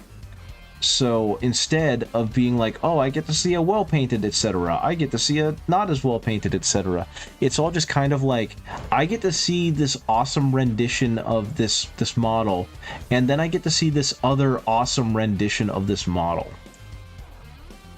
Because especially on, like, the message boards, on the Reddits, and, like, I get to see all sorts of them because I look at that stuff. And when I was not quite where I am skill-wise, it was all just like, oh, that's obtainable, I'll never be that good. And so I can just admire these from afar. And now it's like, I'm not there yet, but I at least have a better grasp of what they're doing. So it's like, man, that's awesome. I get to really appreciate this cool shit these people did with these techniques and these color schemes and the imagination they had. So yeah, I'm just that I love the fact that the community kind of grows itself by just being super excited with what everyone else does. And I think that's super cool. What I don't think is super cool is I failed to glue her down properly onto this stick, and so she's wobbling a lot. Oh, she's dancing. Okay, I'm done. I'm sorry. Yeah, that ended up being a pretty bright red, which is exactly what I was going for. Let's clean up the, let's clean this up a bit. Okay, just cleaning up the wet palette a bit. Just give me a moment, guys. As I've stated before, I am a slob. I kind of just wipe down my wet palette instead of replacing the paper on it. And that lets me use the same wet palette paper for way too long, to the point where it's probably a health hazard, and probably a big reason why I have all these coughing fits down here. I'm just inhaling black mold is all. Okay, next on the thing. I think I need to give them more of their gold tassels and the like, because she's got a lot of rope on her, and I think it's time to make that rope look nice and gold. And then I've got to do her little hover thingy, her little hover platform, because she's got one of them too, and I'm really not sure how I'm going to paint that, but I kind of don't want to put her on it until they're both in a position to be painted, because that hover platform basically cuts off like a third of her body. Oh, a big one! You have a strange connection to your models, like you have models been free for months and years in a half-finished state that's slowly finished, or I pick them up eventually, knock them out in a single night. There are other models I paint right away, put them away, maybe even forget I had them all in the first place, because I not really spend much time on them since I don't play. I mean, that's fair, because at the end of the day, I've made this comparison before because I read it somewhere and I thought it was a good one. This is just kind of like having a bookshelf full of books, you know? Everything you have on here is yours. It's 100% yours, and no one can tell you otherwise. And just like with books, you don't have to finish a book before you start a new one. You could be in a mood for a book and be like, yeah, I'm going to read this book. And then you read a little bit of it, and you're like, I don't feel like reading this book anymore. And so you can just have this collection of half-finished books that you just have on your bookshelf ready for you to pull out at any given time. And, you know, and that way you just have this wonderful collection of things you can go back to. And that's kind of what mini painting is to me. Obviously a little more expensive, but following the same philosophy. I've got a ton of things I need to finish painting. And I don't think about it too much because I'm not losing any kind of value in my life by them being there. They're just there, ready for me to go back to at any point I want.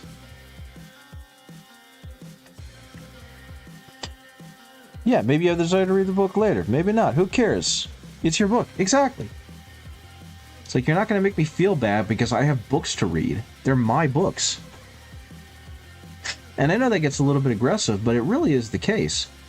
Now, if you see that I'm starting to have issues paying the bills because I would rather buy more books, then it's kind of like, yeah, we might need to recalibrate our priorities. But if you're living a healthy life, if you're not having any issues with that, then it doesn't matter. Enjoy yourself. I don't know why the camera keeps pulsing. It's making me sad. Because I have not changed what I focused on. It has been this lovely, crazy lady the entire time. I don't get it. People get aggressive, we get slightly aggressive. I guess so. I mean, I guess in this case, it feels kind of like I'm shadowboxing, which I'm actually not super fond of, because it's like, yeah, you're winning an argument, but you're not really fighting anyone, you know? But that's okay.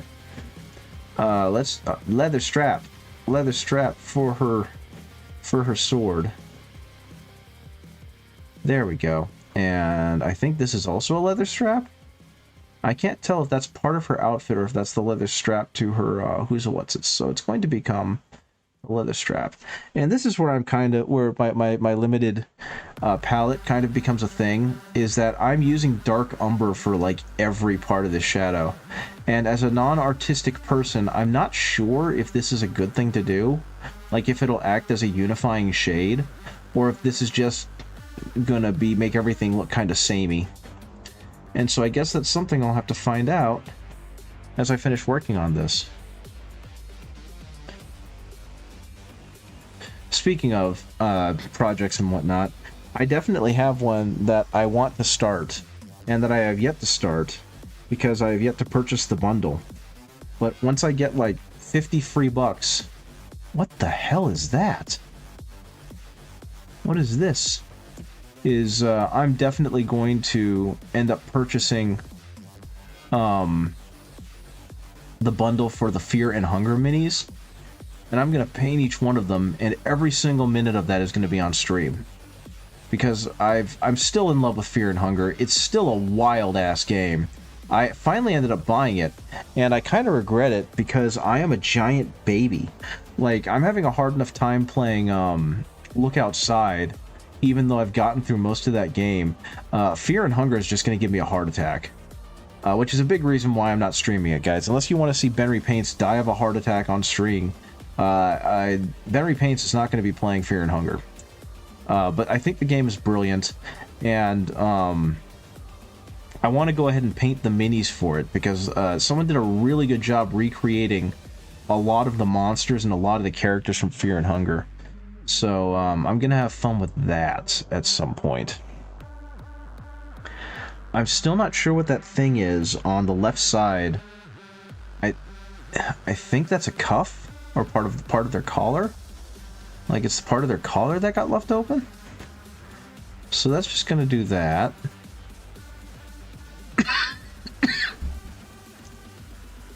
And so yeah, this rope is going to end up being gold.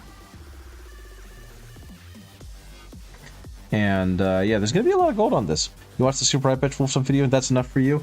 Oh, I hate to say this because it feels bad, but Super Eye Patch Wolf barely scratched the surface on both of those games. If you actually want a really good one, that's super chill. Worm Girl does like the plot of Fear and Hunger 1 and 2, and she just kind of narrates over the gameplay and gives a rough outline of the plot as she played through it. And it's creepy, but it's not scary. Hey, Shiny Mew Paints. How are you doing? You missed the other part of the stream where I painted more of the Gobbo, but I kind of reached a stop point with her, and now I am working on Captain Sargotta. Did I get my Discord back? Yes, actually. I think I might have identified the file that was giving them access to all my crap, and I think I've regained control of everything. I've run a couple more virus scans and nothing has come back, so as far as I know, the coast is clear.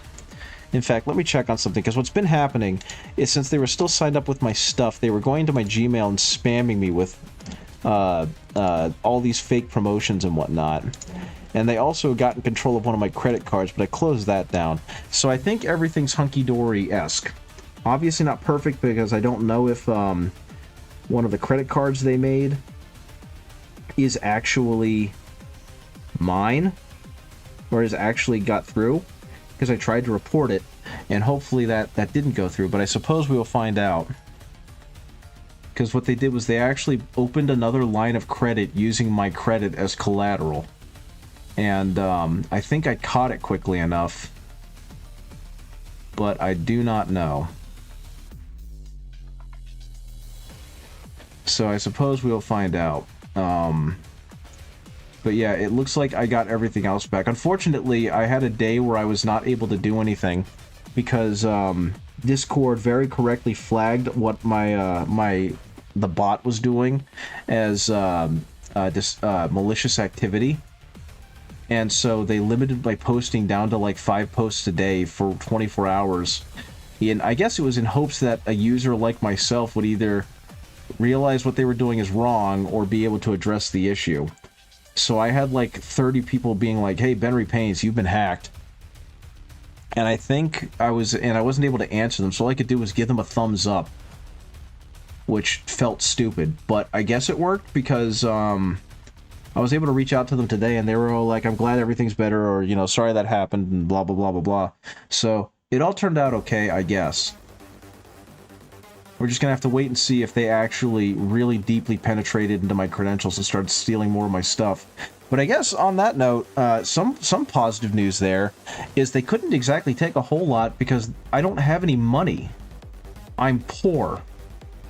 Like, I have a decent credit limit because of how long I've held good credit, but because of my economic situation, pretty much all of it is in use.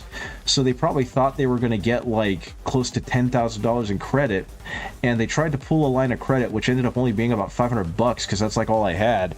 And it's like, joke's on you, bitch. I don't have any money for you to steal. Hey, Sindarius, welcome back. And they also made the mistake of trying to make a couple of orders to a specific... Yeah, right? My hope is that they'll realize how poor I am and they'll give me money back. But they also seem to have made the mistake of trying to order Starbucks to a single location in New Jersey. And so that tells me that now I know where they live. And since I now know where they live, I can take my 3-day weekend for my birthday and go pay them a visit. I'm not actually going to do that. I just wish that I was better at stuff with computer hacking and the like, so I could get in there and completely wreck their computers. Because if there's anyone that deserves to have their computers wrecked, it's some jackass who decided that stealing personal information from someone else is a good idea. I wish I could, but unfortunately I am a minority, so if I did that, I would be the one getting gunned down, and they would be, raised as the hero, or whatever you want to call it. Okay, so I think what's going to happen here is blue and yellow is going to win out. They're going to end up getting a blue and gold trim. Blue jacket, gold trim.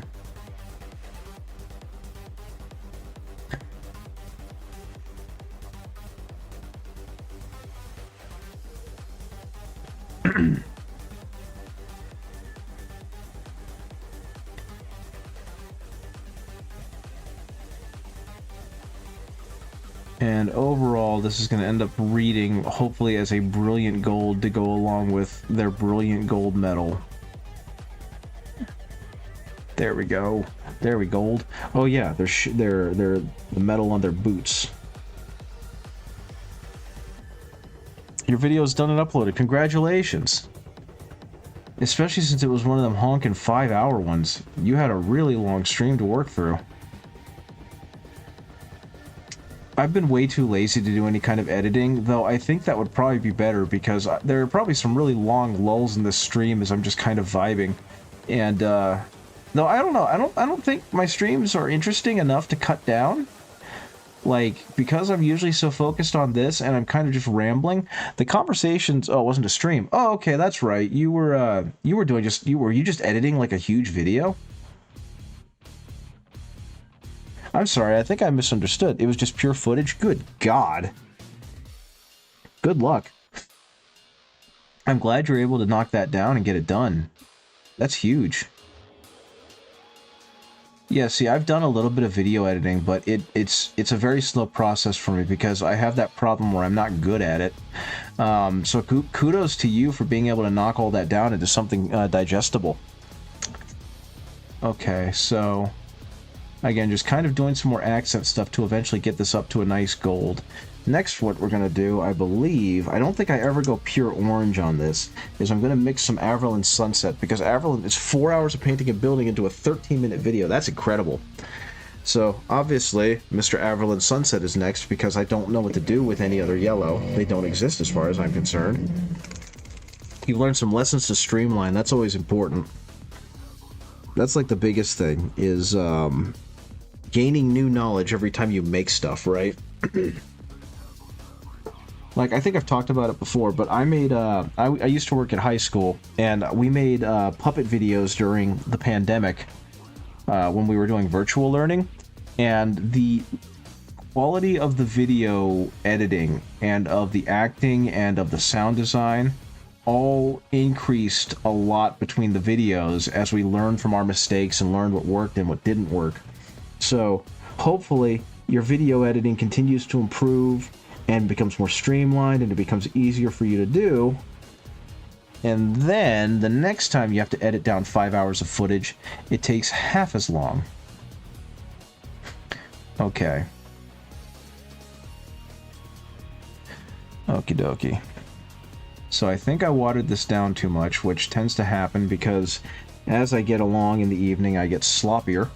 But this is just supposed to be an Averland sunset that I'm kind of dusting on top of this to really give it kind of that natural yellowy highlight for what's eventually going to be the gold.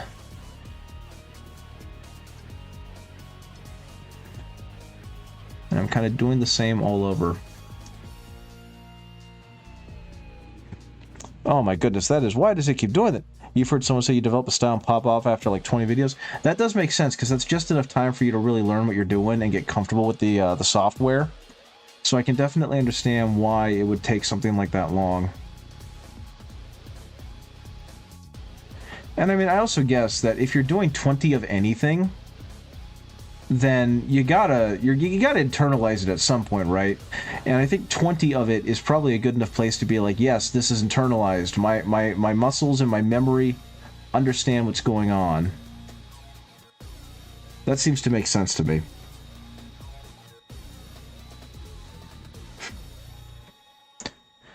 Okay, I suppose the next thing about this is that at some point this paintbrush is going to have to go. The next batch is a batch of 5 videos, or video 5 next. Congratulations, good luck. But yeah, like this paintbrush at this point is starting to see some wear and tear. I'm probably going to have to stop using it soon. Because it doesn't really hold a point anymore, it holds a square. It holds like a little miniature right angle. And that's not particularly good for what it's doing. Okay, so just a little bit of gold there. And you can kind of already see the yellow starting to come to life. And I haven't even gone to full Averland Sunset. This is still Averland Sunset being mixed in with the other brown gold, or the brown orange that I was using. So hopefully that'll kind of help it really show up when I switch over to a more pure yellow.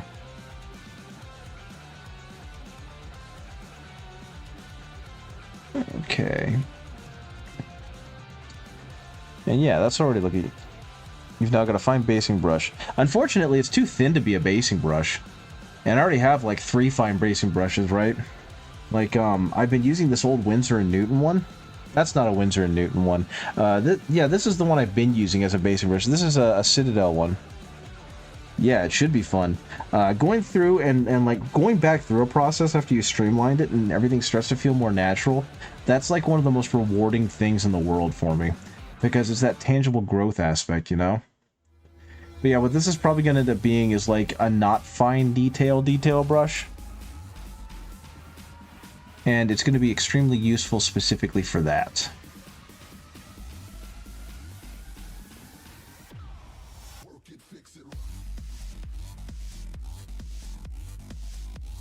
Okay. So honestly, with the amount of detail I'm doing right now, I think the narrow tip of this is still going to be useful enough for this kind of stuff. Because all I'm really doing is providing some very thin highlights over what's supposed to be the gold bits. And my hope is that'll be good enough to really read as the gold. Okay, let's hit that a little bit. Okay, so you can see she's already a much more vibrant yellow. She's actually starting to hit that weird Ultramarines gold that, or not weird, that awesome Ultramarines gold they used to use. So next is going to be, actually next is just going to be straight up Averland Sunset. And we're going to see what is not normally a very powerful yellow probably become a powerful yellow. And so this one is not going to go on anywhere near as heavily as the last one. Because again, the idea is that you don't want to cover all of what you just painted. If you're trying to layer towards an apex, then you want to have less and less and less of each subsequent color until your last highlight is literally just kind of like the very tip, because that's where the brightest point of the light is hitting. Give me more Averland Sunset, please.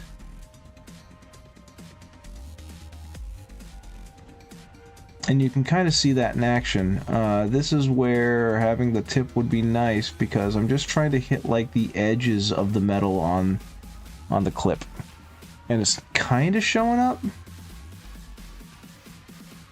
Okay, let's see if I can do that here as well. Just a little bit. Just a little bit. Just a little bit. Yeah, and there you go. You're getting to see more of that yellow come through at the edges. And that's going to help with developing that really nice, vibrant gold. Yeah, there we go. And now her boot looked good. So now, same kind of thing. I don't want to hit all on the surface of her, of like this strip of gold trim. I'm just going to kind of hit it in some places to imply that the light is gathering right at the edge of it, right? So same with here. Again, I'm not going to refill that exact same area. It's just going to be a slightly more centralized bit where the light is going to collect.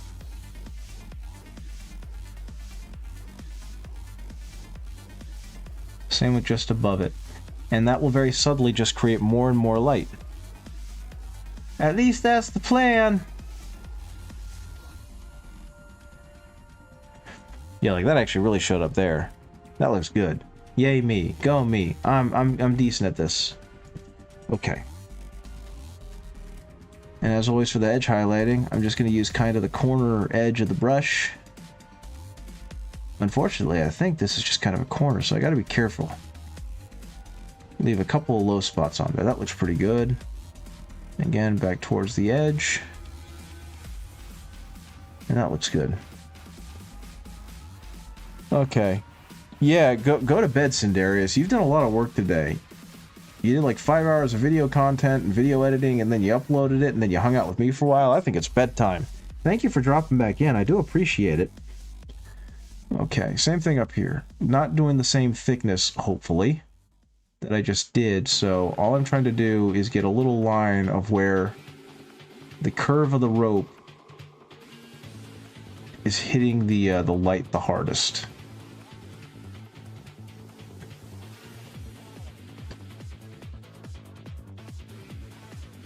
There we go.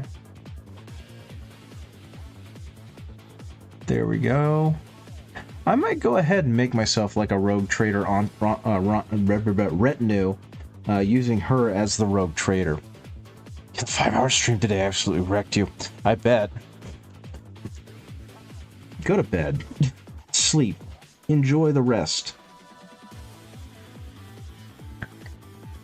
But yeah, what I think I might do is, in the one-page rule, since that's what I'm playing, is I actually created a custom rogue trader retinue called the Glorious Venture.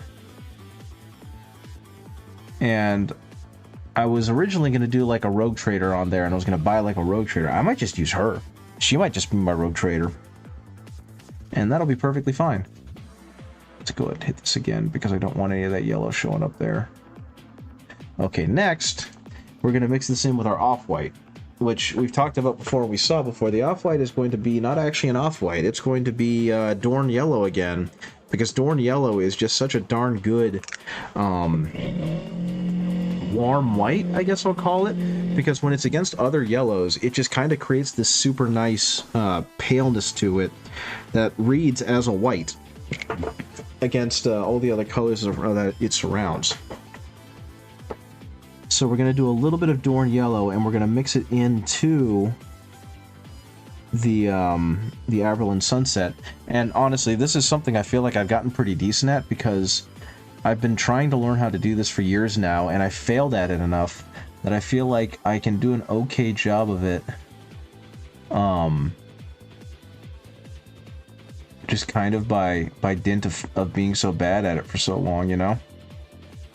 So again, we're not trying to hit all the spaces, just the spaces where it would come out the loudest, like the highest point. So mainly edges. Mainly the edges of the model. And what that's doing is it's just creating this nice little highlight for you to look at, or for your eyes to catch, and then your eyes will kind of fill in the blanks and be like, oh, that's a light spot. And that's all I'm trying to do is make your eyes think that there are spots that are light. Okay.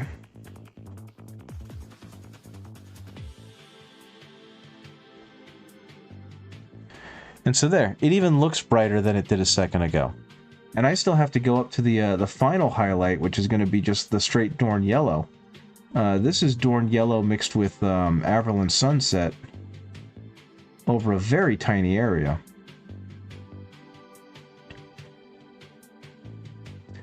And so yeah, that should tell you just how effective this is at making it look good. Okay, so same thing up here. The edge of the cloak is definitely going to have the highest spot. And same thing, we're just going to kind of use a little bit, not a lot, a little bit, to kind of imply that the light is gathering at that corner, right?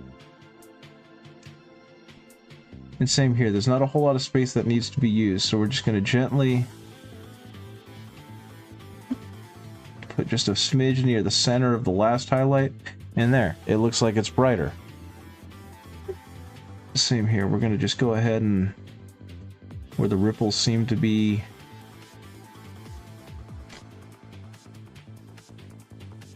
at their highest, and that will create the illusion once more of light. So yeah, this is looking pretty good. Given that this is you know, a 3D printed model, I think it turned out pretty okay. Same here, we're just going to do a little bit of a smattering of a speckle. A little bit of a smattering of a speckle. In some cases, we might not even need to go up to that pure Dorn White, because it's already showing how bright it is. And for, like I said before, for a lot of this, I'm just kind of using the side of the brush. That is explicitly why I got a long, narrow brush. I wanted to be able to hit eyes, which this used to be really good at. And I wanted to be able to do, like, this highlight detail. And by and large, it's very much succeeded at its job. And I'm pretty darn happy I got it. And so again, you can kind of see that it looks a lot brighter than it did a second ago. And of course, as it hits 9:30, my sinuses have finally stopped.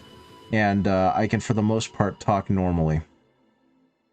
So I apologize for everyone who had to listen to the rest of the sounds I was making. Because that was disgusting. Okay. And that kind of does it. I know that was a bit of an exorbitant amount of time to spend on gold trim, but I mean, look at it. It looks fantastic. Oh yeah, I forgot. I need to hit the hilt of their pistol. The pummel. So, thankfully, there's not much there again, so we're just going to take a bit of it, and we're going to do this and make it very tiny and light.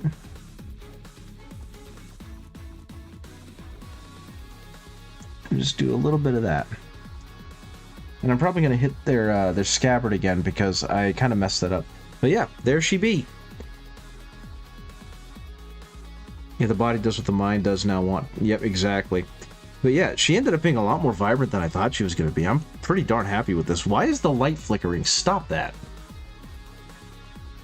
But yeah, so that's her right now. And eventually she'll be done, and that'll be fantastic.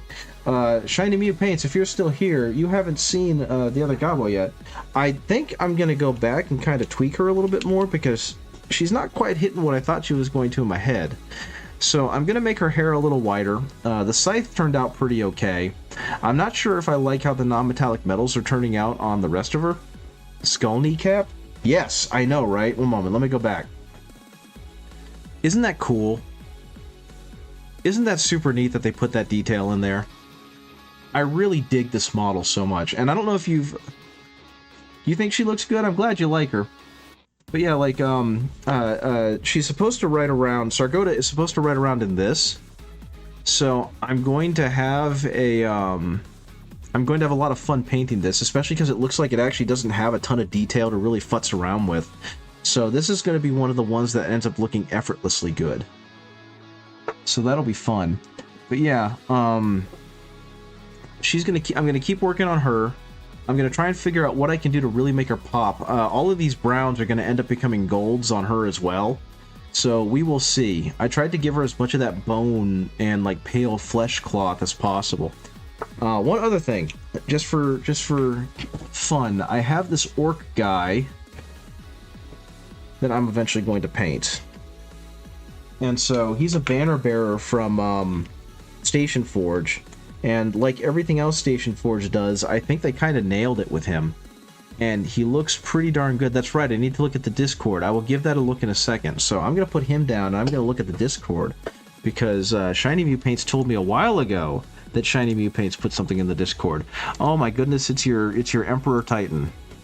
Alright, is this supposed... okay, so you're painting this just for kicks and giggles, right? This isn't meant to be like a scale Emperor Titan. Because I was going to say, especially when I saw it in your hands, that this is not the right size for an Emperor Titan. Unless it's like an Adeptus Titanicus model. But yeah, she definitely has some big bazubbas. Okay, so let's see there. For those who are interested in seeing an Empress Titan, bam! There is an Empress Titan. And at first I was like, that doesn't seem very big, but it is incredibly detailed. And then I was like, oh, that's why it doesn't seem very big, because it's not very big. And, oh, you're quite proud of the gun? Well, you know what that means, right? That means we got to show off the gun. I will say that the shading you did on it looks pretty darn good. That's some good-looking red you got going there. So kudos to you.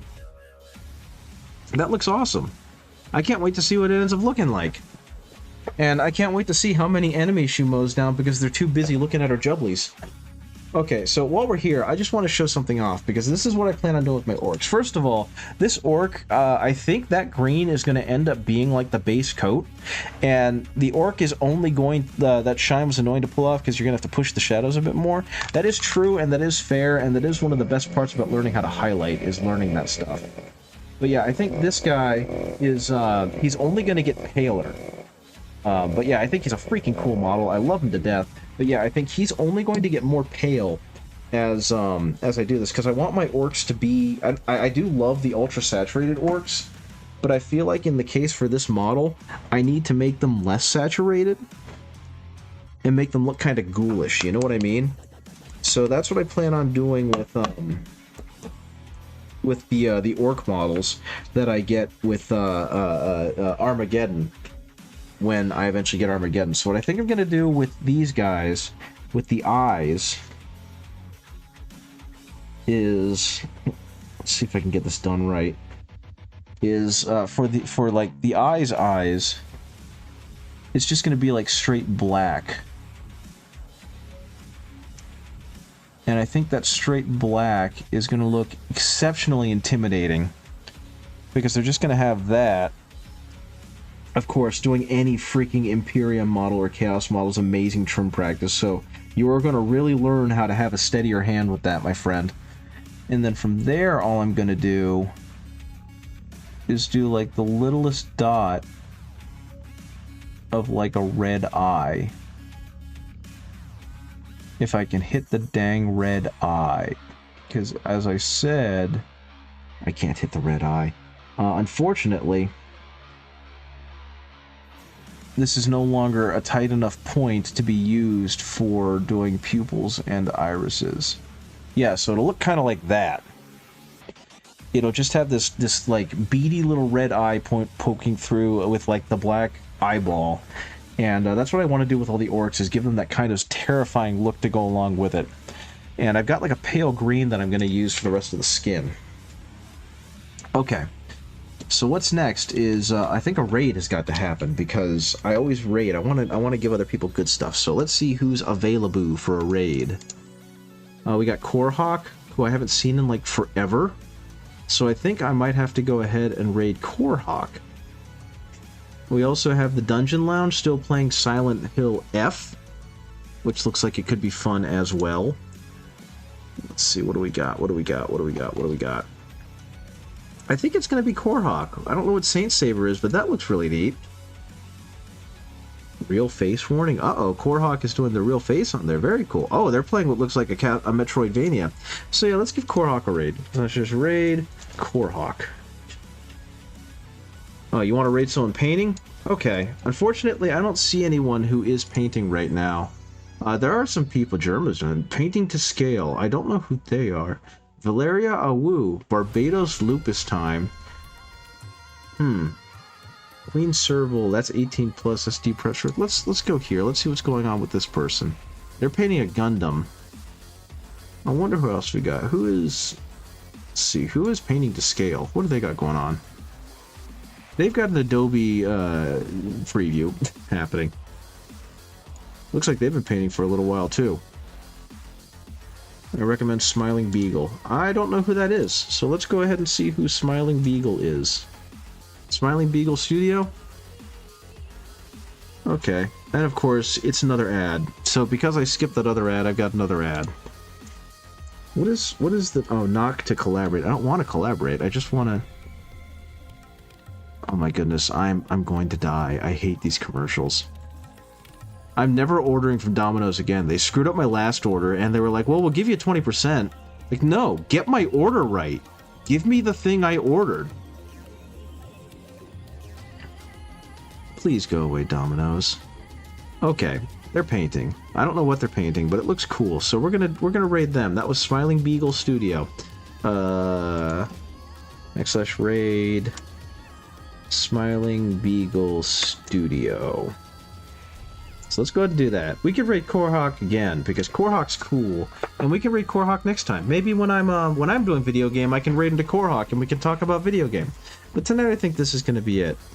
Okay, guys, thank you for joining me. I do appreciate it. It's been cool doing this again, and I hope that I can keep it up for a lot longer than I did last time and not have anywhere near the hiatus I did. But I guess I will see you guys potentially Thursday or Friday, depending on when I get to video game. So, bye-bye!